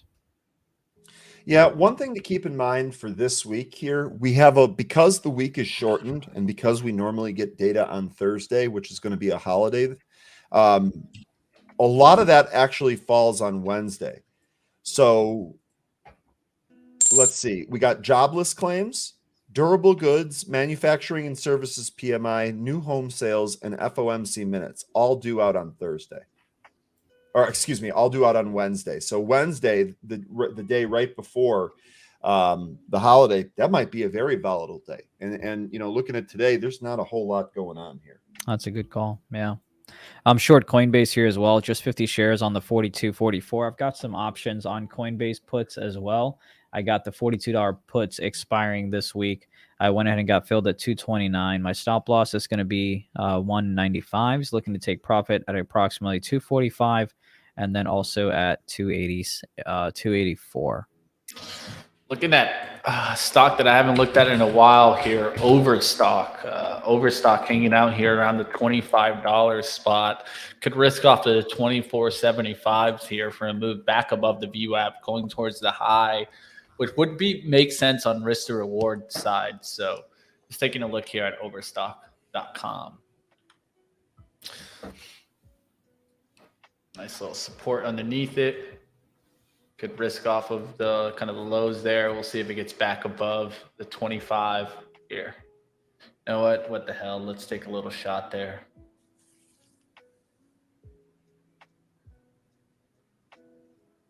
I'll take a little shot here. All right, take a little bit there. Got 24.98s for Overstock. Look if it gets back above the, wanted to get back above the VWAP and then start holding that. See if it can get back above that. On 1 minute here. Overstock.com. Do you guys remember when this stock just like ripped in the pandemic and everyone was like, what the hell's going on with Overstock? Yeah, I mean, that went from like $5 all the way to the highs. I remember that. It was interesting. I remember that because I called the cup and handle trade when I was day trading in a Discord call. Boy. But that was at, man, if my memory serves me correct, it was at like $6 and I took 50 cent profit. And I remember every single day that I would take a look at it, it was just $20 higher, $20 higher, $20 higher. And I was like, wow, definitely sold way too quick on that one. Yeah, the last play I actually played it on was that 90 break where you got that breakout where it went to 100 and above. And I'm glad I got out at 100 versus trying to get towards that 110 because they reversed hard and came down fast after that, man. Woo! This thing loves to go and then come right back down. So we'll see if Overstock gives me a little push today here. Got in there slightly underneath the 25. We'll see if it can get above the VWAP first and then start coming towards the highs, 25.80s there. Good risk to return, right? Even if we get like, let's say 50 cents for risking maybe 25, that's 2-to-1 up there towards the 80 for the 25 risk. That's pretty good, right? That's 4-to-1. I'll take that anytime. Let's do it. If you're a fan of Crocs, you've got ticker CROX. The 115 call is coming in on the ask, expiring March 17th of next year. Approximately $1.25 million worth on ticker CROX. 115 calls coming in on the ask, expiring March 17th of 2023. Approximately $1 million worth. So let's go ahead and take a look at the daily. Do I have to actually like the dumb shoe to like the trade? Absolutely not. You know how many tickers we've traded? I offended somebody with that. I'm sorry about that. I just don't care for Crocs. What can I say? They're like rubber, solid color. They don't seem comfortable. I mean, never been my thing. I don't get it. If you can clear, you've got some room to run here on Crocs if it gets to the upside here. If it breaks 100, and holds, I think that's where you can go ahead. So if you want to get in this trade, they're about 750. You can maybe grab one contract if it's within your portfolio limits. And then if it goes ahead above 100 and holds, you can go ahead and get maybe one or two more contracts. But if it breaks $90, I'd go ahead and sell out. You'll probably lose about 30 or so % of the trade. And just a heads up, Mitch, Ryan and I unfortunately have a meeting at 10:40, so we're going to need to head out for that.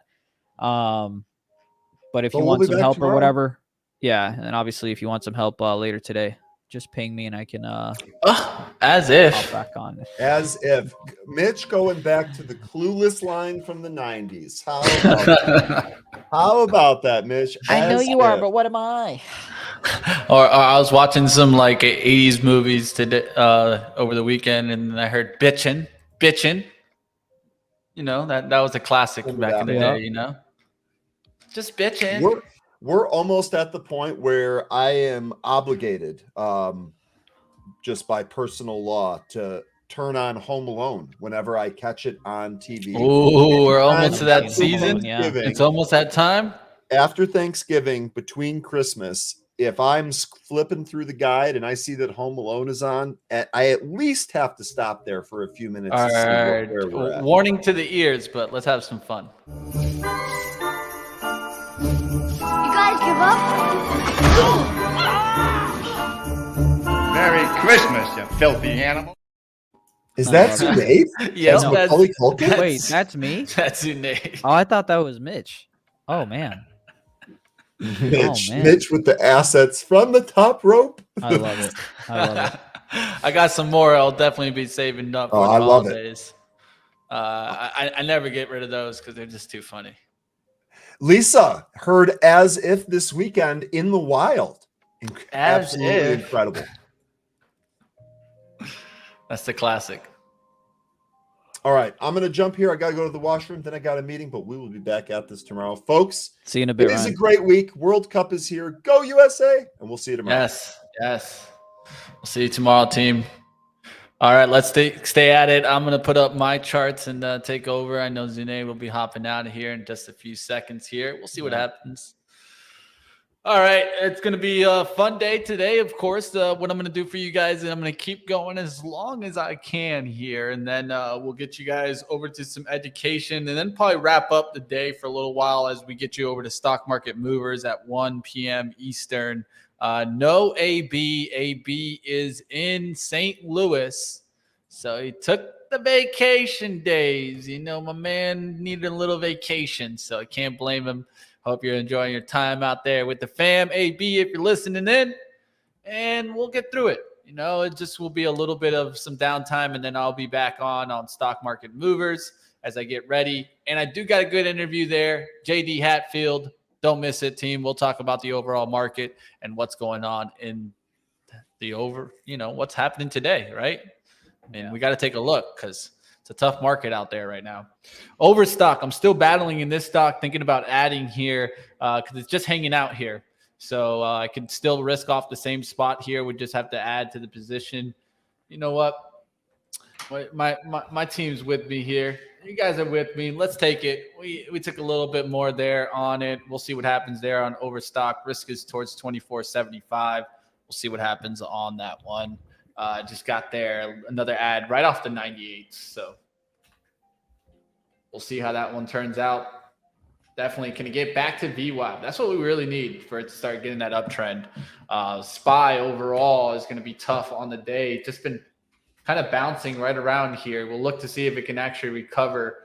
Paro went down towards that 45, and you would have had to held towards the 40 like I talked about. I think that one might come back on the day, just like maybe even Disney comes back on the day during the late hours, but that's been fading off there definitely. SPY has been trying to hold there. On the overall day, utilities are still up. Consumer defensives are up. Industrials, healthcare, but really what's getting hit hard? Oil getting hit hard. XOM now down to 108. So if you're looking for a trade there, XOM, short side, definitely got hit hard there. I'm sure Drip is having a good day.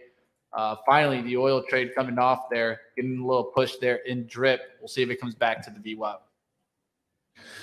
All right, going to keep battling here. You guys got tickers to take a look at. Throw it up in the chat.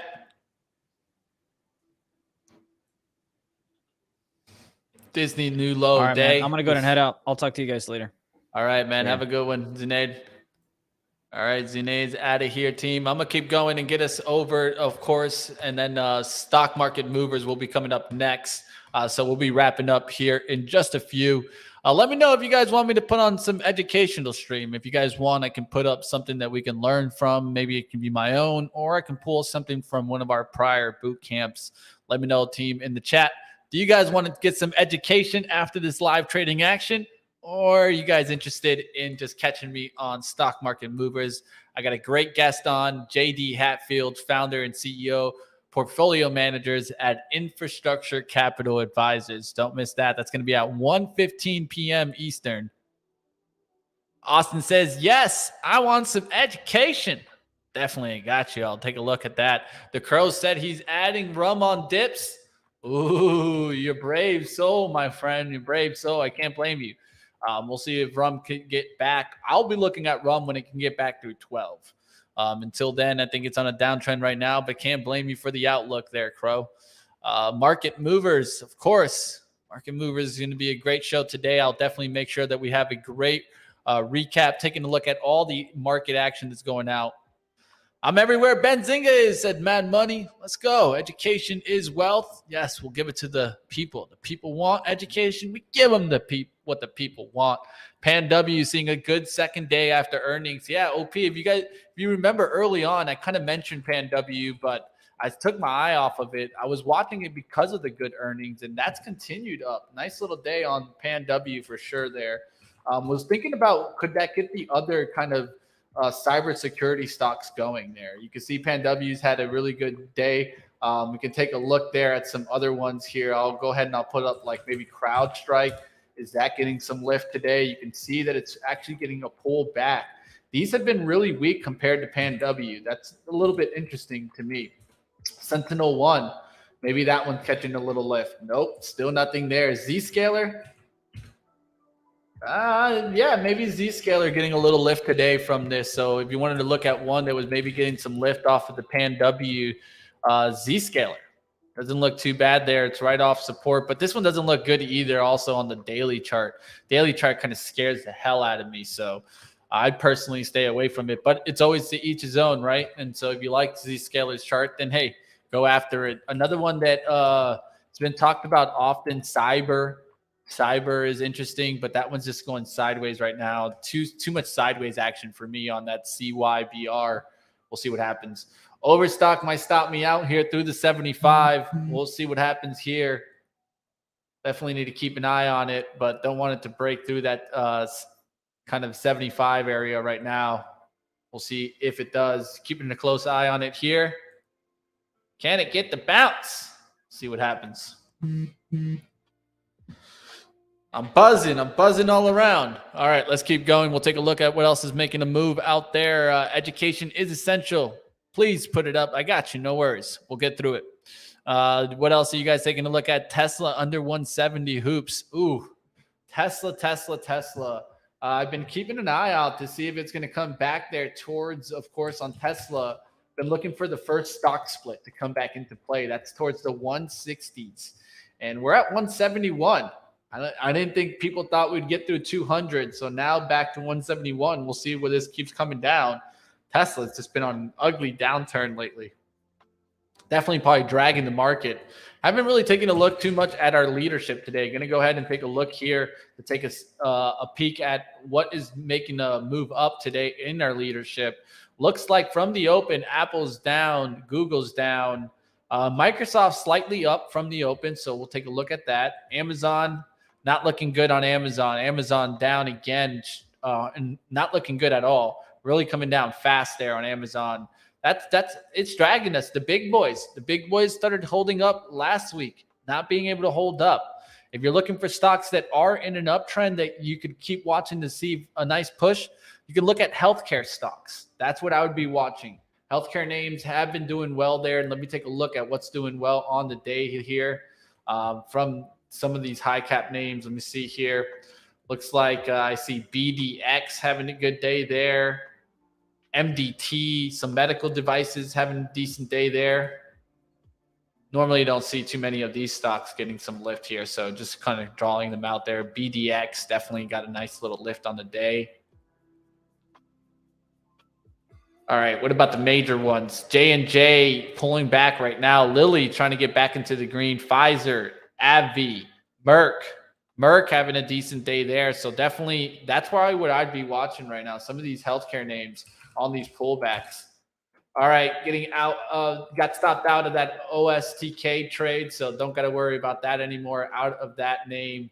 So there you guys see it. Stopped out of that. Not good on that one. Pushed it a little bit there with that ad, but hey, it happens. OSTK stopped out there on Overstock. Not a good day on the market overall. SPY continuing to leak down, and with the overall market, the way it's looking like, and the leaders, the way it's looking like, doesn't look like the SPY is coming around anytime soon.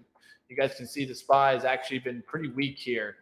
Just been going down, down, down on the 5 minutes. We'll see if we break down through the next level here, especially the low of 395.53. We break through the 393.50s. We could keep coming down here as the SPY just looks weak right now after a nice little pop back towards kind of the trend line, rejecting to get back up towards the uptrend. Drip going for 14. Yeah, that one's an interesting one. I'm shorting Walmart until December 2. What do you guys think? Not a bad outlook there. Walmart did get a nice little pop. It's a mixed bag in the retail, so it's a little bit confusing to take a look at what's going on there. Merck, they must like the IMGO deal. Normally don't see the buyer stay green. Yeah, Jay, they definitely must like that deal on Merck. That's, of course, that what was to the ticker? I think that, it's probably getting the arbitrage trade, so it doesn't really matter. But IMGO, there it is.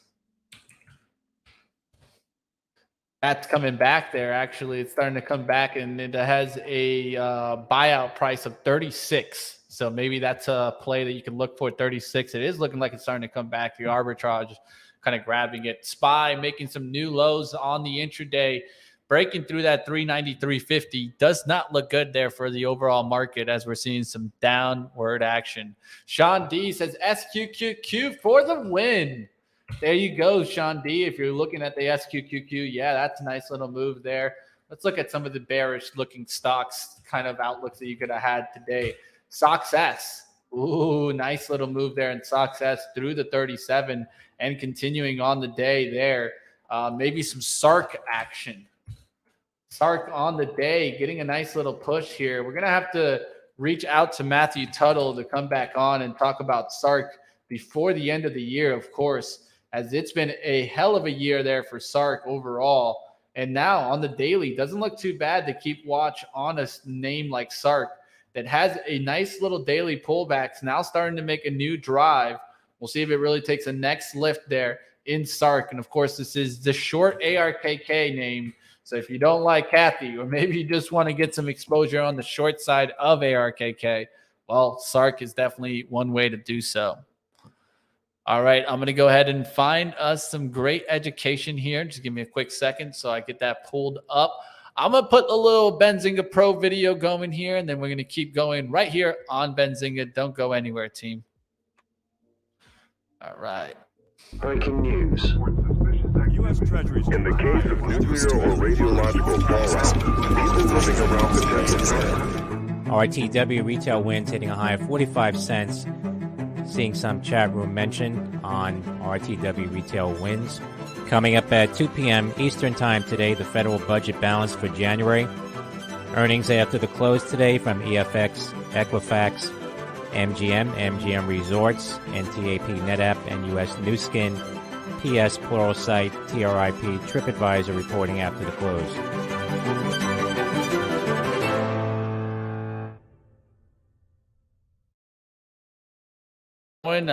What do you guys think? Do you guys want to get some options strategy? You can do some options school here.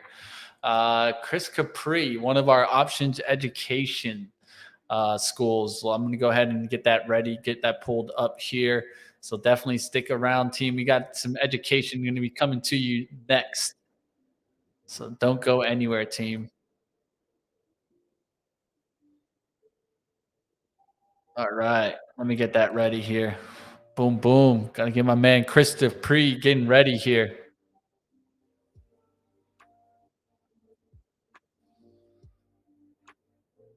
All right. There he is. Who likes options here? Let me know in the chat. Put a 1 if you're an options trader in the chat. Put a 2 if you're a common stock trader. And put a 3 if you do both. I want to see who does both. And the Crow asking about liquidity trap. That's interesting there. Definitely, are you talking about more in options or in equity? We can talk about that. There's some 1s. I see some 1s coming through there. There's some option traders here. There's some 3s there. You guys are interesting traders. I don't do both. That interests me that there's a lot of people out there that are doing both. Pretty interesting in the chat there. Definitely get that going here. I'm going to go ahead and get this ready for you guys. We're going to start up here. How this is going to be about taking your options to the next level with Chris Capri. Of course, he does our option school. And so if you guys haven't seen Chris Capri before, this is definitely something that you guys want to check out. He's great at options and definitely great at explaining them, which is the hard side, really, I think, of options. But let's go ahead. I'll share my screen here for you guys, and we'll keep going with some education right here on Benzinga. Don't go anywhere, team. All right, let's get that up here. I want to talk about another way you can take your option. Can you hear me? Yeah, I can hear you. Okay, I wasn't sure. I know. Do you guys remember these guys? You mess with me. I was going to talk about another way to take your option trading to the next level. Let me get this going here. Let me get Chris that Capri. is through the and I'll be there. I'll be there, and you also get to Vegas. Maybe we'll. I like this challenge. So all right, there's Chris Capri. Option school, and they get all of my a lot of my secret sauce. So yeah. All right, guys, check this out.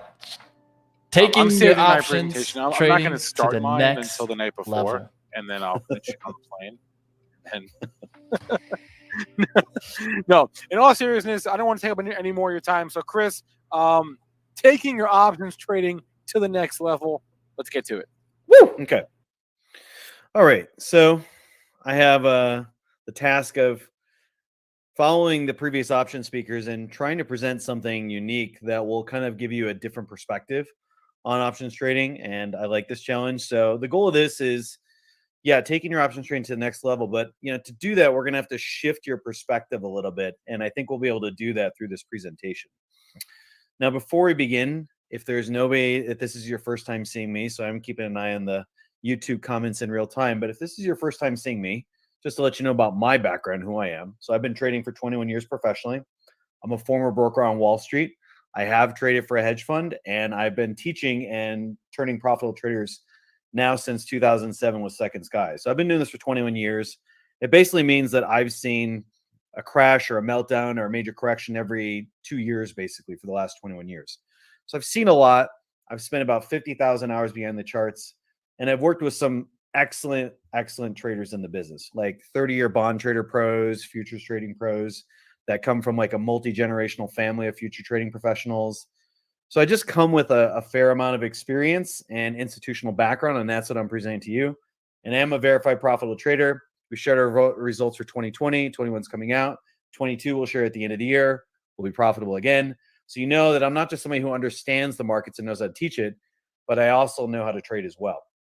So before we get into my presentation in the next slide, I'm going to share with you something kind of shocking about options. So for 99% of you listening that have some experience with options, what I'm about to say is probably going to shock you, which is that option strategies have no edge on their own.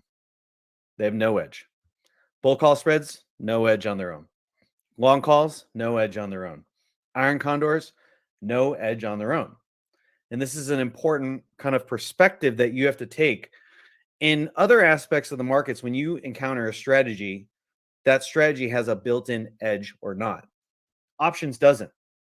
Options gives out all the strategies, but the strategies themselves have no edge whatsoever. So how is it that option strategies actually get an edge? It's through this process of structuring. So I'm going to open up this little thing here. And so I don't want to do that too much. I could probably put you down here. Don't take up too much of my space. So it's through this process of structuring. How do you structure the trade? Not just, you can't just structure it through one tool of like price action, which is what a lot of option traders, beginning option traders do, is they'll just structure it through price action. And you can't do that. You can't do that to really build an edge into options. You have to do more than that.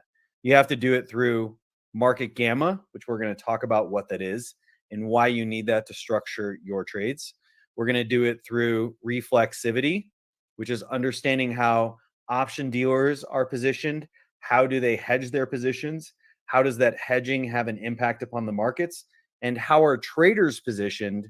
And how can that give us an idea?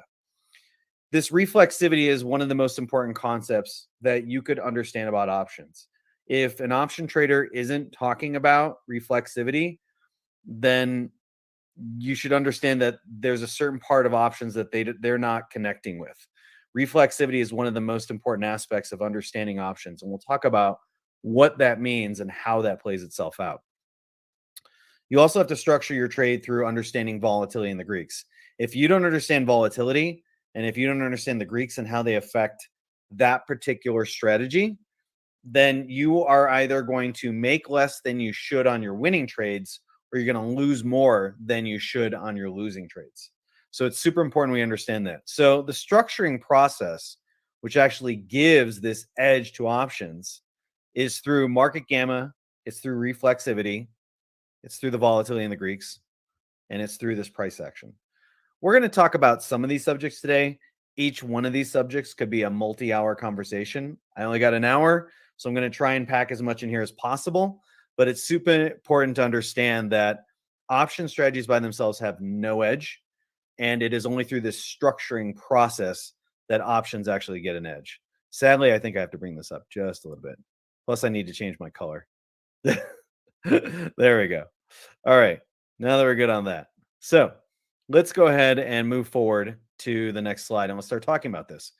So what are we looking at here? We're looking at a graph with a bunch of green dots and stuff like that. Well, let me break this down for you. So this is a graph of the S&P 500 returns in terms of percent one-day returns. So each dot is a one-day return for that S&P 500. And this is, as you can see, hundreds. This is years worth of the total returns. Anything above this is a profit, and anything below this is a loss. So that's a losing one-day return on the S&P 500. Okay? Anything above this zero line here is profit. This zero line is a profitable day. And everything above this is a losing day. Okay? Now, there's this other line down the middle that's very important to understand here. This represents the total gamma exposure. Dealers, option dealers, and market makers' gamma exposure. Each trade that you take either has a positive or negative gamma sort of variable tied to it. If you're long calls, you're long gamma. If you're short calls, you're short gamma. And so if you take the perspective of you own all the options in S&P 500, like all the options that are there right now today, every single option across all strikes and all expiries, you would know the gamma variable for each option, and you would know whether that is a positive or negative variable for you. So in this right quadrant here, we have a profitable one-day return. And what we're seeing on this right half here, this right half of the graph, is what we call positive gamma exposure. Now, I don't want to get into gamma hedging too much and gamma exposures and how I don't have time to go into all that. But what I can say is that when we have this positive gamma exposure, anything on this half, it's a condition that forces the dealers to actually sell if the market goes up, and it forces the dealers to buy if the market goes down. So this creates a distribution of returns that is a little more contained. You can see there's very few beyond this, these kind of 2% returns, so to say, on the S&P 500. And so that condition of market gamma forces the dealers to actually trade against the market. Now we have this other side of the market, which is what we call negative gamma, negative market gamma. And you can see some of these distributions are much higher and much more spread out. You can see it's a much wider distribution there. These are positive one-day returns, and these are negative one-day returns. And what we can see is that the volatility increases. The amplitude of the moves increase. Here, they are mostly clustered around tight ranges, short moves up and down. Here, the cluster is much larger. Why is that? Well, it has to do with the fact that when we are in this negative gamma condition on this side, dealers actually start trading with the market due to their hedging activities. So when the market goes up, they buy. That exacerbates the move to the upside. And when the market goes down, they actually sell. And that exacerbates the move to the downside. This is super important that you understand market gamma and how the market gamma is positioned every single day. Because if you don't, you could be thinking, hey, the market's going to rip, but we're in a positive gamma environment and the conditions aren't really that ripe for a massive rip. Or you might be on the other side of this. The market might be in a negative gamma condition.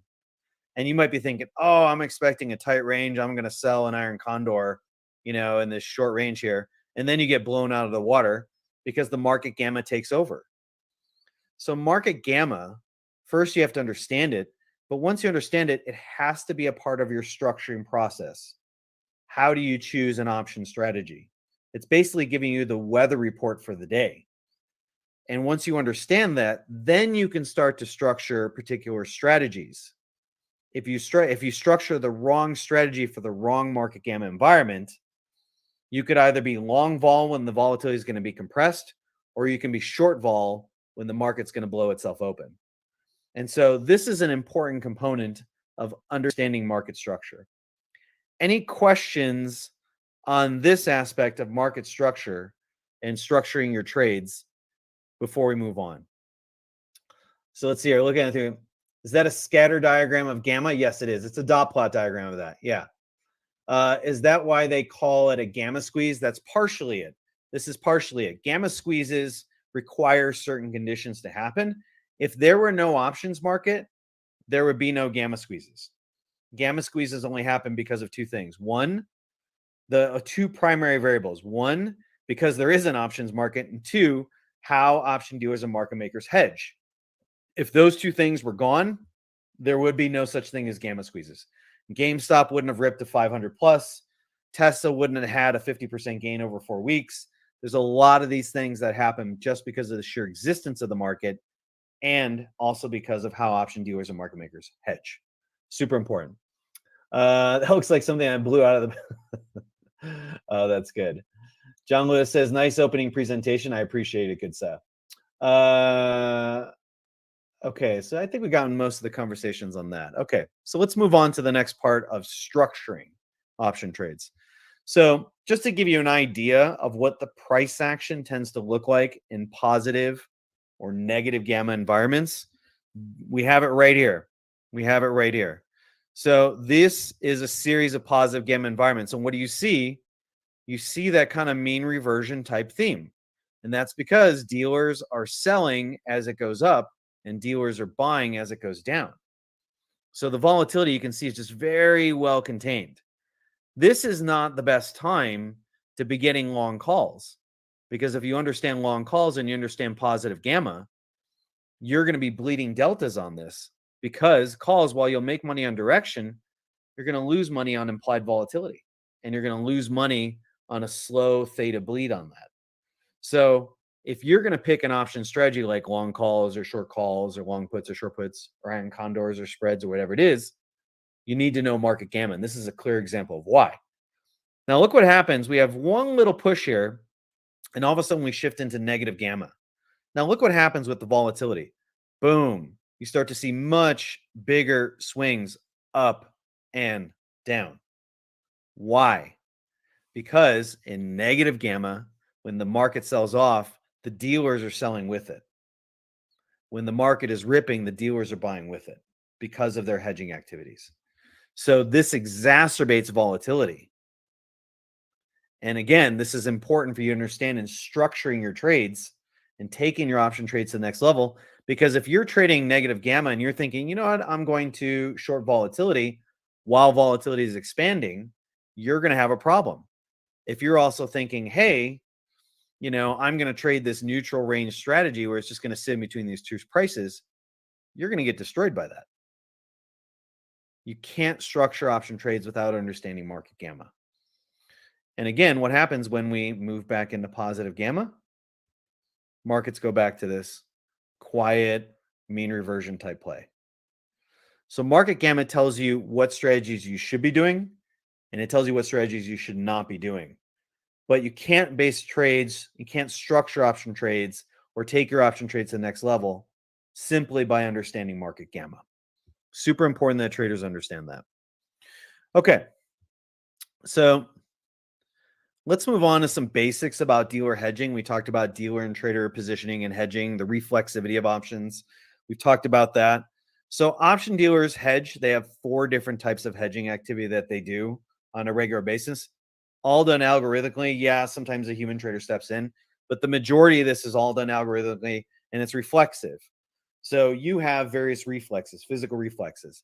If I was to like blow in your eyes, you would blink. If a bright light shines in your eyes, you're going to close your eyes. Your pupils are going to contract to not let as much light in. We have all these kinds of things that are automatic actions. They're reflexive. Well, option dealers and market makers have reflexive actions as well. And so if you think about it, there are various types of activities there. You get, long calls. The dealer is on the other side of that. They have a reflexive activity to hedge that position, which we'll go over example of that. It's important you understand this reflexivity of options because that has a huge impact upon flows and how flows will move going forward, because we understand where the dealers are positioned. Are they trading with the market? Are they trading against the market? And what happens when the traders who are long calls or long puts, what happens with the dealer hedging activity as that gets unwound? There's reflexiveness to it. So this gives us not only the market gamma, gives us like the overall weather, but then the dealer hedging activity and that reflexivity starts to give us some ideas is, hey, is this market going to break through this resistance, or is it going to start to pull back from this resistance aside from the price action? So it's super important we understand that. We have to also understand that over 50% of all the option flows that we see in the market today are option dealers and market makers. Over 50%. And so since option volumes are going through the roof and just continually increasing, the trend on options volumes just has increased dramatically over the last 2 years. And so the larger those volumes become, the more the option dealers and market makers are pushing this market around. So you could be trading wondering, hey, why is the market selling off like this? Well, maybe it has something to do with the options positioning and how the dealers are hedging. There are many types of reflexive activities and unwinding of hedges that create predictable rallies or sell-offs. And we can trade these ahead of time. So it's important you understand this. Gamma squeezes are a function of that. That's just one example of that type of activity. Gamma squeezes are basically a function of dealer hedging activity to the trader's option positioning in the market. Otherwise, if that didn't happen, there'd be no gamma squeezes. Super important we understand that. Okay, so let's do a basic kind of example of option dealers and market makers and their hedging activities. So I'm going to give you a basic example of what we call delta hedging. Okay. So let's say you are like the market's been selling off as of late, right? So if you are trading with the market selling off, well, maybe you're going to buy puts. We designate a put by putting a plus P, that's a long put, a minus P is selling a put. So let's say you, the trader here, and let's do this trader, dealer, and they're delta hedging. Okay. So you're the trader. Let's say you decide to buy, whatever, 100 puts on SPYs. Okay. Let's say it's at a 50 delta. Okay. Now, long puts are negative delta trades. So we know this is a negative 50 delta position, right? We know what this is. This is a negative 50 delta position. Okay. Now, the dealer is on the other side of that trade. Their job is to fill orders and immediately hedge. Dealers don't care about direction. They don't care if it goes up or down. They really don't. They want the market. They don't care. They just want to fill the market, fill the positions, collect that spread millions of times a day across oodles and oodles of stocks and just collect millions of commissions every single day. That's what they want to do. They don't care if it goes up or down. and they just set themselves up. So if it does go up, they're covered. If it goes down, they're covered. They keep the spread. Great business model. If you and I could do it, had a few $100 million spared, we'd probably do it as well. So the dealer's on the other side of this position. Okay, so if we're long 100 puts, well, then the dealer's short 100 puts on SPYs. And if this is a negative delta trade for the trader, well, then the dealer has a positive 50 delta trade on this right now. Okay? How is the dealer going to hedge this position? Think about it like this. If you are long a put, well, your P&L graph, or if you're short a put, your P&L graph, it looks like this. If the market goes down, you start losing money. That's your P&L graph. Okay? So if you're short a put and the market goes below that strike, you start losing money. Well, how is the dealer going to hedge that? How do they hedge the risk? They don't care if the market goes up, because if they do, they keep all this profit from these puts that they sold. Their risk is to the downside. How are they going to hedge that? They're going to delta hedge that through short shares. They're going to short the shares. That'll neutralize the risk to the downside. How much are they going to short it in relationship to the deltas? So one contract is 100 shares, 10 contracts, 1,000 shares, 100 contracts, 10,000 shares, 10,000 shares, 50 deltas. They're going to short 5,000 shares. That is the immediate delta hedging that's done reflexively, automatically. So now we can see when the market's going down and the dealers take the other side of this trade, dealers are exacerbating the downside. And we also know that if dealers sell shares, they're not adding liquidity, they're taking liquidity from the market. And that reducing liquidity further increases the volatility to the downside.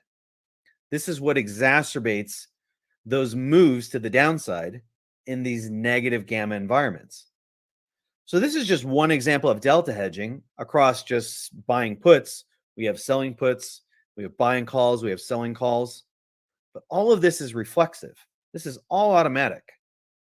And so we know if during the day traders are just buying puts hand over fist in size, dealers are going to be selling shares to adjust these positions. That's going to force the market lower. So dealer hedging the reflexivity of options, and this is just one example of reflexivity of options. This is what helps you structure your trades better. Any questions on this before we move forward? So let's see here. Money Mitch says, I love the way you teach. I appreciate it, my man. Who are the dealers? There's all kinds of them. So there's all kinds of dealers and market makers out there. You can have smaller ones. You can have normal ones. Like you can have Citadel as one of the big dealers out there. There's plenty of option dealers out there. It doesn't really matter who. Like who we are doesn't really matter too much. How do you view gamma on a graph in Thinkorswim? You don't in Thinkorswim. You have to have a proprietary app that collates the data, collects it, summates all the notional gamma, then plots it. Yeah, you need an API interface to do that. You need a data feed to do that, and you need an API interface to do that. MD says, trying to understand the background when market makers are selling options, are they then using the money to buy stocks and move them up or down? No. Market makers do not want to take a directional position other than their roles of fulfilling markets. They may have a separate book like Citadel, if I had to speculate, probably has other parts of their outfit that do take directional positions. But, you know, in terms of their market making and dealer activities, no, they're not going to take these things and make different adjustments. It's very straightforward. They're just sitting there waiting for the pitch. The pitch is the trade teacher that traders make. If you come in and you buy 100 puts, okay, they're going to fill that on the other side. They're short 100 puts. They're going to immediately short shares. That's like all algorithmically done. Yeah, they're not going ahead and trying to take directional positions because, again, they have a great business model that doesn't care if the market moves up or down. They make money every single day. That is a great business model. If I had, I don't know, 200-300 million just kind of lying on the side, I would become a market maker and do that without a doubt. So yeah, hopefully that answers your question. Okay. All right. So it seems like everybody's getting this. So now you're starting to get the reflexivity, and hopefully this is starting to kind of plant a seed in your mind of like, oh, okay, if this is what traders are doing, what are dealers doing, and how are dealers pushing the market? You have to understand this. Otherwise, you're just a reactionary trader, and if you react, you're going to be late. But if we know the flows, what's happening, we can anticipate the moves next. So the premiums collected aren't used to buy or sell shares. No, they're not used to fund other operations. I mean, they may use it to fund technology or algorithms, but it's not used to take a position. Isn't that somewhat of a conflict of interest, though, being a market maker and also having positions? No, because they're hedging their positions. Not at all. Not at all. They're hedging their positions. They don't care about directions. Job of a market maker is to fill trades to create a market. If they weren't there, there would be no market. Yeah. Okay. So we got an example of dealer hedging activity, and you should have some ideas now about how reflexivity works in options. We know that the dealers have a certain reflexivity, and that's just delta hedging. They have 4 types of hedging activity, which we go over in the Benzinga option school, or will be going over in the Benzinga option school. But that's just one type of hedging activity. Options as a whole, all options have reflexivity to them. And it's important you understand that. So let's take a look at some examples of reflexivity. This is a recent example of reflexivity in options. I posted this tweet, as you can see, on March 30th. And that's this session right here. So this is the pre-market and this is the open. So AMC came out and had announced, hey, I think it was a Mycroft or Highcroft mining thing or something like that. It's like a new product. Ironically, it's very much like what Grit Capital was saying earlier, that when a company starts stepping outside their core product and inventing new products that have nothing to do with their core business, you know they're kind of struggling in one way or another. So anyways, they announced they got some sort of mining acquisition. Volume just goes nuts on the day. Like, traders are buying shares hand over fist. And on the option side, traders are also going nuts. They're buying long calls. They're buying long calls left and right. Okay. So this starts to build up kind of a positioning bias in the AMC stock. We have another day of this. In the pre-market, it hits 34, but you see that the stock starts to struggle a little bit. And traders are like, okay, well, I still think, AMC is going to the moon. We're going to 40, we're going to 50. But if you're watching options and you understood reflexivity, you'd be like, no, I'm going to short this. So you can see the volume is still relatively decent. Stock virtually goes nowhere. Now, what happens in the aftermarket? We looked at the options on this day and said, okay, we feel like this reflexivity is going to kick in. And so what did we write? I said, I'm guessing the apes won't want to hear this, but options flows and heavy theta decay will weigh on AMC stock and GME as well. So it's unlikely to make these face-ripping gains like this. Likely fades to end the week. Then we'll see how many call buyers step in on Monday. Okay? Now, why did I make this prediction? Well, has to do with that reflexivity. What are traders doing during this? They're buying calls, they're buying calls, they're buying calls, and buying calls, buying calls. Okay? They're making money on the way up for sure. Now, what also happens as the stock rips, in this case, implied volatility is also going up. Implied volatility makes the same at the money call more expensive.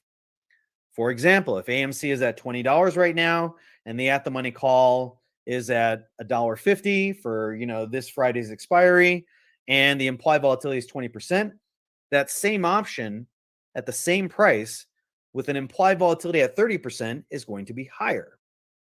So as these calls go higher and higher, the calls get more and more expensive. And you have to start to think about it like a pyramid.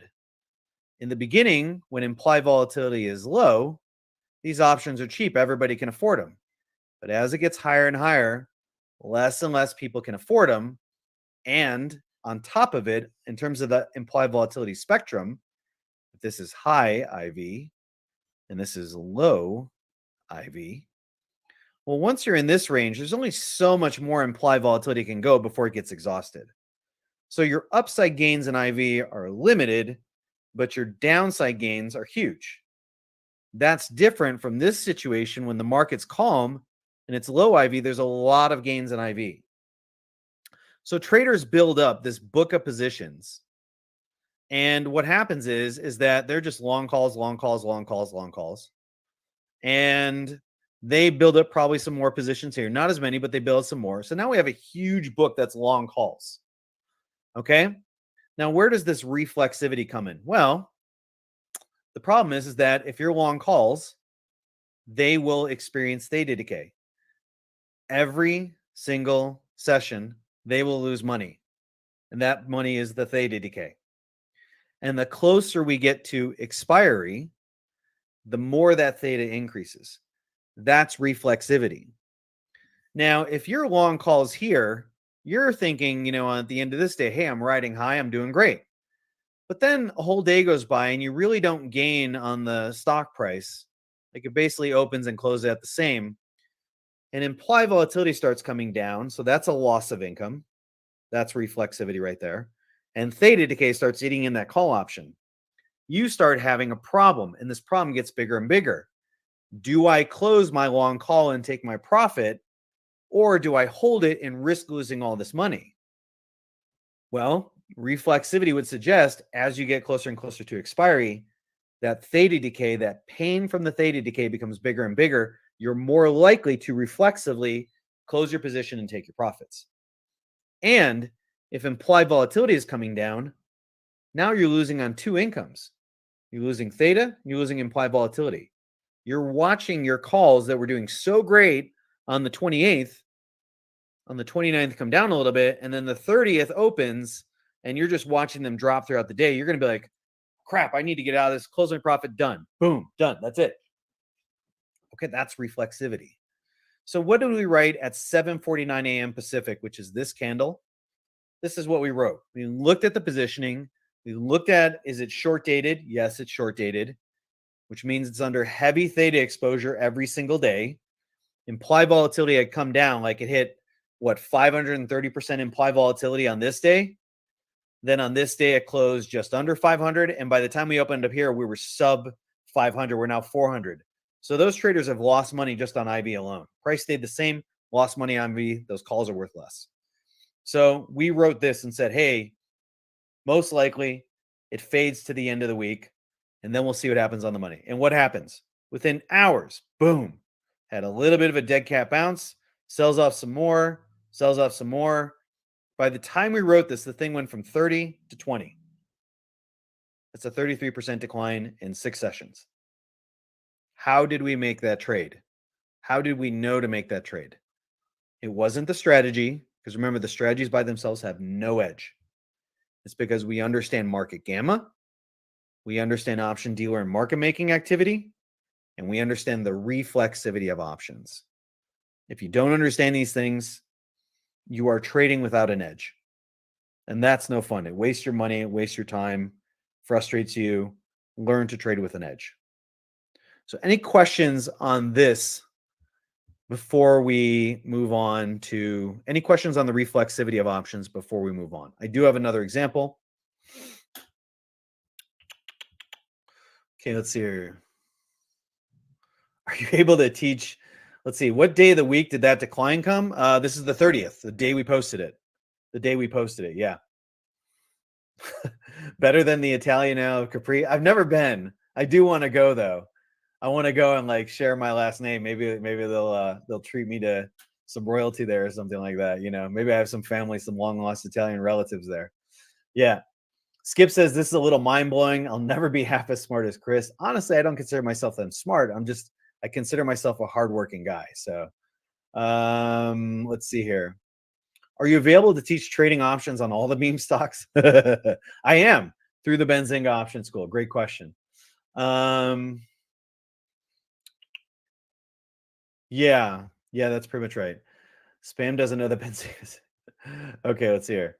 Eric Oliver says, excellent teaching. That's why you don't buy calls right before or after earnings unless you expect a massive move. Even if you do expect a massive move, you're still trading on the higher end of the implied volatility curve. Likely. Not implied volatility doesn't always go up in earnings. Sometimes it stays flat. Oftentimes it does. But there are definitely better strategies than more than just trading single legs. That's why I buy leaps. Leaps are different, though. You got to understand that leaps don't Leaps tend to make money more through changes in implied volatility, not through deltas. Delta curves are flat. Anytime you go longer out in time, the delta curves flatten. The longer you go on exploration, the delta curves flatten. That means there's very little acceleration. Price could go up $1, $2, $3, $4, $5, but the delta acceleration is very slim because you got a longer dated expiry. Same with gamma. Gamma flattens out. That's why when you get closer to expiry, gamma curves go from flat to sharper. They're higher over a narrow range of strikes. When you do leaps, they're flat over a longer range of strikes. So when you trade leaps, you got to understand that there's certain nuances of them that they're beneficial, and then you also lose on certain ends on leaps. Okay, I think I've got most of the questions. Any learning recommendations on market gamma? So yeah, we teach an entire class on this in the Benzinga Option School. If you're looking for free stuff, I'm working on, I've done this. I've done a few of these other recordings. You can check some of the priors. There isn't a whole lot of material on it because most option traders don't talk about this. I am working on building some, free introductory content that we would publish on Benzinga in the future. So yeah. Okay, last question here from Mark Buam. Do you take into account unusual options activity in your trading strategy? Not really. It has to be pretty extreme. Because if you think about it, like SPYs prior to today had what, 11.6 million puts, 5.2 million calls, 17 million options. Like, how many options would you need at a particular strike to move the market? Thousands and thousands. Like, you would have to have, probably what, 50,000 calls, 50,000 puts to really move the market. So, I do like the unusual options activity in the Benzinga Pro app. That's a feature you subscribe to. But you also have to know, like, you can't just look at the unusual options activity by itself, because you may be thinking, wow, they spent $1 million on this, but the stock has like 500 million notional options. So that 1 million is just like a drop in the bucket. So unusual options activity without the context of the total number of calls and puts, how much are expiring this week versus the next expiry, it's not as useful unless you have that context and information. Yeah. You didn't know that delta curves were flat and leap? Yeah, they're very, anytime you look at long-term expiries, the delta curves are super flat. It's super important to understand that. Okay. All right. So here's another example of reflexivity, but this reflexivity is much more concentrated, not so much just around calls, but also the implied volatility. So this is on OPAD. Some of you might remember this from September. OPAD just decided to go full on gangster on it. In 2 days, the stock went from like $11 up to like 22. Had a little bit of a buildup, but this is the day where all the volume was concentrated, right? So it's a Thursday. So it's a Thursday, absolutely gangster day in terms of volume of shares, in terms of options. So what did I write right at the market close, 1:09 p.m., 9 minutes after the market close Pacific time here? OPAD, prior 2 days, so prior to this day, OPAD had a total, and I mean a whopping total 35,000 options in the universe. All strikes, all expiries, 35,000. After this day, had a total of 250,000 options. It did 214,000 options in 1 day. That is a 7x of the total open interest in 1 day. Absolutely huge. Most of it was short dated. Of the 214,000 options on this Thursday, how many are expiring Friday? 129,000. That's half. Of the 129,000 expiring tomorrow, how many of them are calls? 96. Implied volatility at one point hit like 750, 760%. Insane. Not sustainable. Where did it close? 651. What did I say? On Friday or Monday, this will lead to a massive reversal. Option trading, option flows. It didn't even have to wait till Friday. In the aftermarket, you start to see this roll down from a high of 23 to opening the pre-market at 1750. What happens the next day? Boom. 17 down to 13 in 3 hours. Why? Reflexivity of options. Implied volatility. Remember, when you're long calls, because we know traders are buying calls. So the book starts getting skewed, right? The book is getting skewed. We have a huge book of long calls. Now, when you're in long calls, there are 3 ways to make money. Delta, gamma. Changes in implied volatility, which adjust the Vegas, right? Those are your three ways you make money. If the stock goes nowhere, you don't make any money on the deltas. You don't make any new money in the gammas. But if the implied volatility goes down from like 651% to say 400%, even at a 1 Vega, that is a massive change in the value of your option. So you lose money on this. Your stock could go nowhere. But to make matters worse, the deltas did go down because the stock declined and they lost on gamma. So they lost on all three fronts. They were under massive pressure, and the theta is going to be massive because they're expiring this day. So reflexivity, theta, implied volatility coming down, losing money on those long calls. What are they going to do? Start dumping these en masse. You start taking those long calls out of the market. You are taking the bullish reasons out of the market falls. Reflexivity. Super important. If an option trader is not talking about reflexivity, you should probably question their understanding of options. So super important we understand that. All right. A couple questions here. What's a boot camp? You're in a boot camp right now, in case you didn't know. But we have a Benzinga option school. So I teach a Benzinga option school where I teach all this stuff every single day, Monday through Friday, hours a day. Yeah. Okay. All right. Forever Truth 1206 asks, where do you get the info for how many options expire the next day? Example, how many calls and puts? I have a proprietary app that basically subscribes to a specific data feed. It collates all that data. It collects it all. It picks up all the changes in open interest.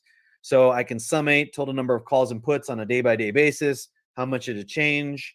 Where's the positioning, everything like that. Yeah, it's a proprietary app. I don't have it available, but I am working with the Benzinga developers to build something like that for Benzinga Option School members. So we're working on that. How much does it cost? I'll leave that up to my man, Aaron Bry and Spencer to leave a link on that. But yes, I teach this every single day. On top of it, I give trade recommendations. I go over your trade ideas every single day for members in the school. We do this every single day. Okay, one last thing. And then I want to kind of wrap this up and take some questions, which is price action and options.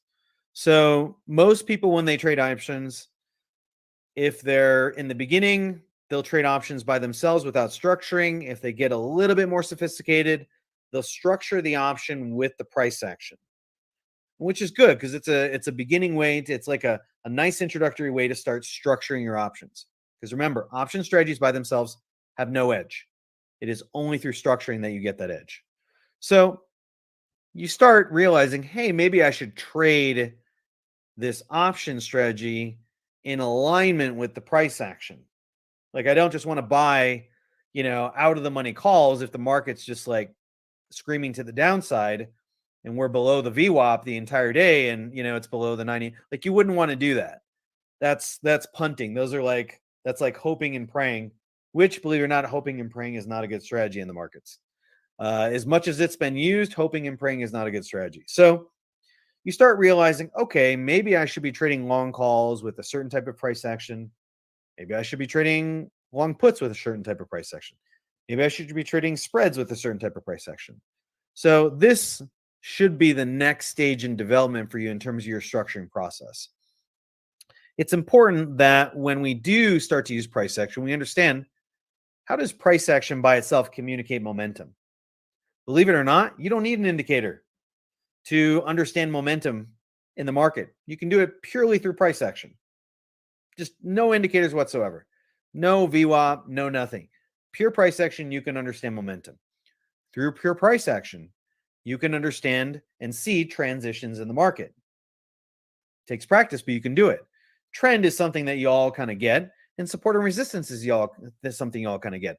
There's many different facets to price action, but when we start to use these things, understand them and use these things, then we can start using them to give us this kind of timing or directional clues.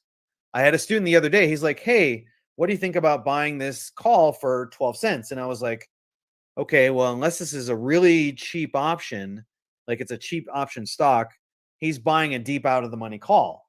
I looked at the chart, it's expiring tomorrow, and like the price action is just going down, down, down, down. Here's the VWAP, and he's below the VWAP the entire session. I'm sitting there going, hey, just based on price action, you don't want to do this because you're trading against the momentum and order flow of the day.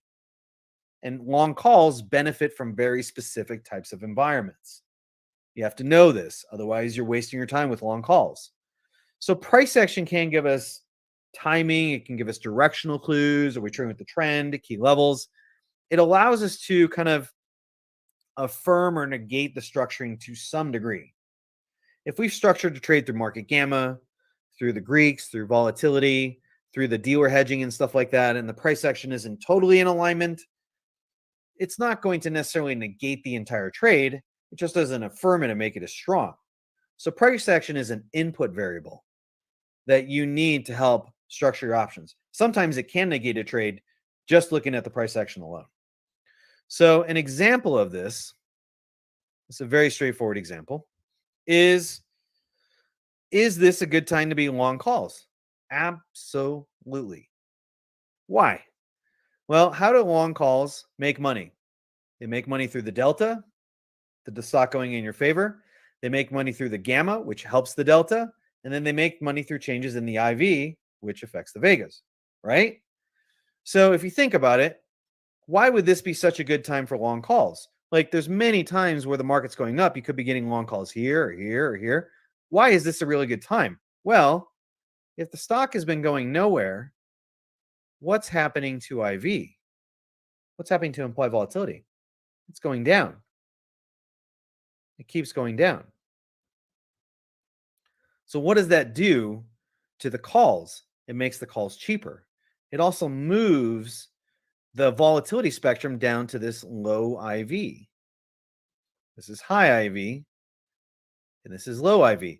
And as we stay in this corrective structure, IV keeps coming down and coming down and coming down and coming down.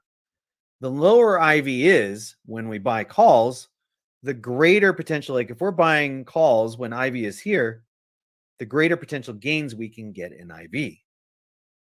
That's part of the reason why people made so much money on GameStop, is because GameStop was going nowhere for a long time. Calls are getting cheaper, cheaper, and cheaper, and implied volatility was just kind of collapsing.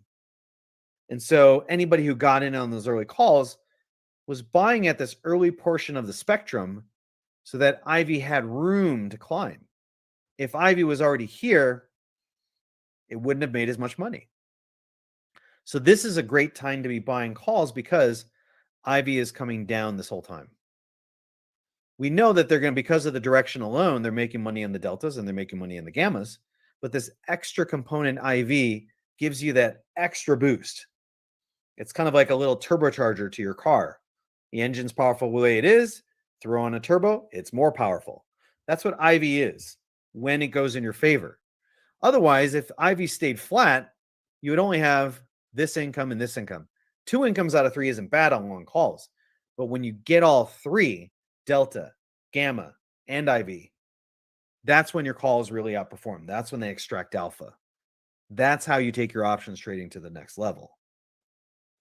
So it's super important that while we could have made money buying calls at any point in time here, this was the most optimal from a price action perspective and from a structuring perspective because of how long calls work. So it's super important that we understand this. Any questions before we move on here? I think Chris's Benzinga class is a great investment. I don't think you can find a better value in education. I appreciate it. Thank you.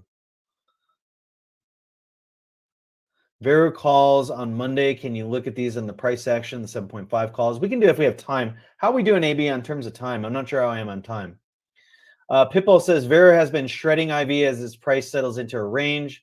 Is that IV going downtrend always true? Is that IV going downtrend always true when a stock is flatlined? Yeah, you got to understand that implied volatility is kind of like a forecast of how the stock is going to move. If the stock goes nowhere for a few sessions, well, then the IV is going to start to come down. The only reason why it would go up with the stock going nowhere is there's some sort of risk premium adjustment, some sort of event that the price doesn't move. Maybe it like does. But then, yeah, very rarely, like maybe a few times out of 100, will stocks go sideways for 2 days and implied volatility ticks up. Most of the time, it's ticking down, down, down, down, down. Yeah. Yeah. Okay. Is this a 2-day chart? No, this is a 1-hour chart. Each white here is a session. This is aftermarket and pre-market. So 1 session, 2 session, 3 session, 4 session. Yeah. Yeah. The detailed explanations are very encouraging. I appreciate it, Ricky Bobby. Okay. So I have no idea where Aaron Bry is or how much time I have left. Hold on a second. I'll get you an estimate in just 1 second here. I gotta look at my they put me on at the end of the day. I feel like I got put in the back of the bus here. Okay, so I got about 10 to 15 minutes before we have to wrap this up. Okay.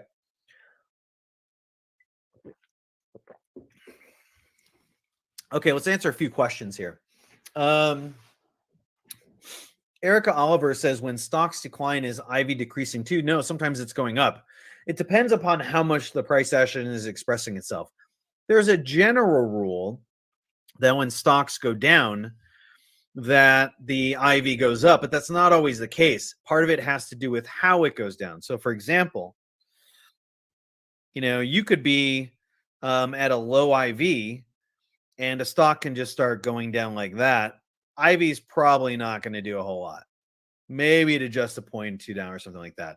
If the stock, however, let's just say this is like a 5-point move, right? The stock, however, could go that same 5 points in an hour. You better believe IV is going to tick up. So it's not, it's not like, oh, if stocks go up, IV goes up, stocks go down, IV goes down. There's a general rule that if stocks go down, IV tends to go up.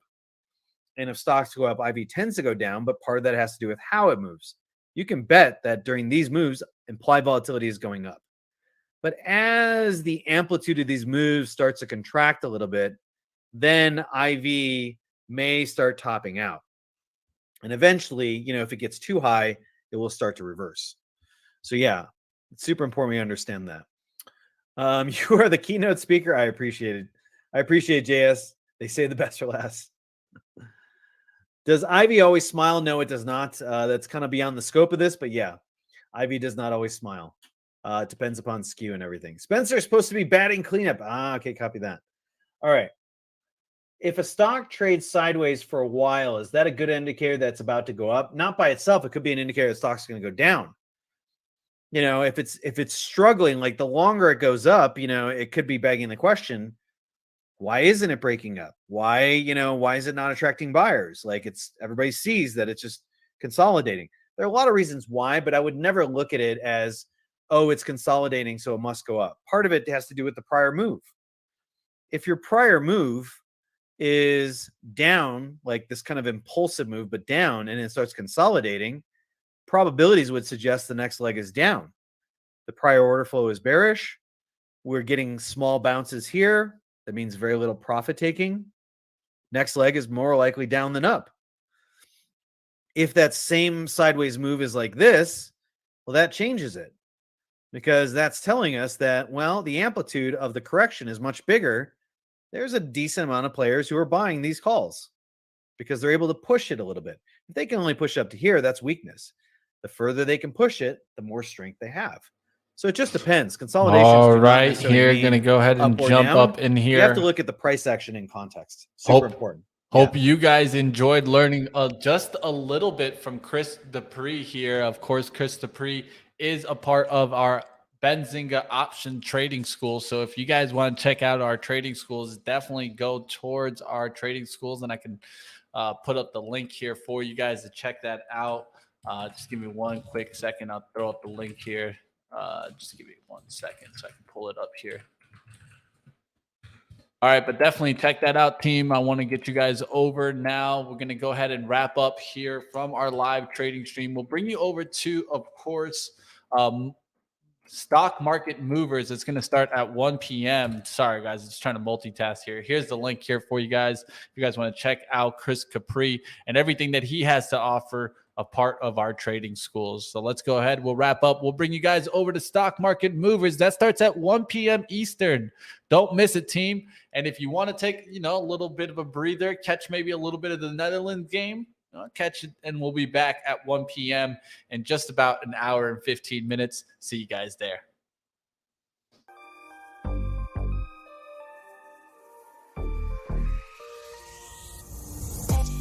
Check.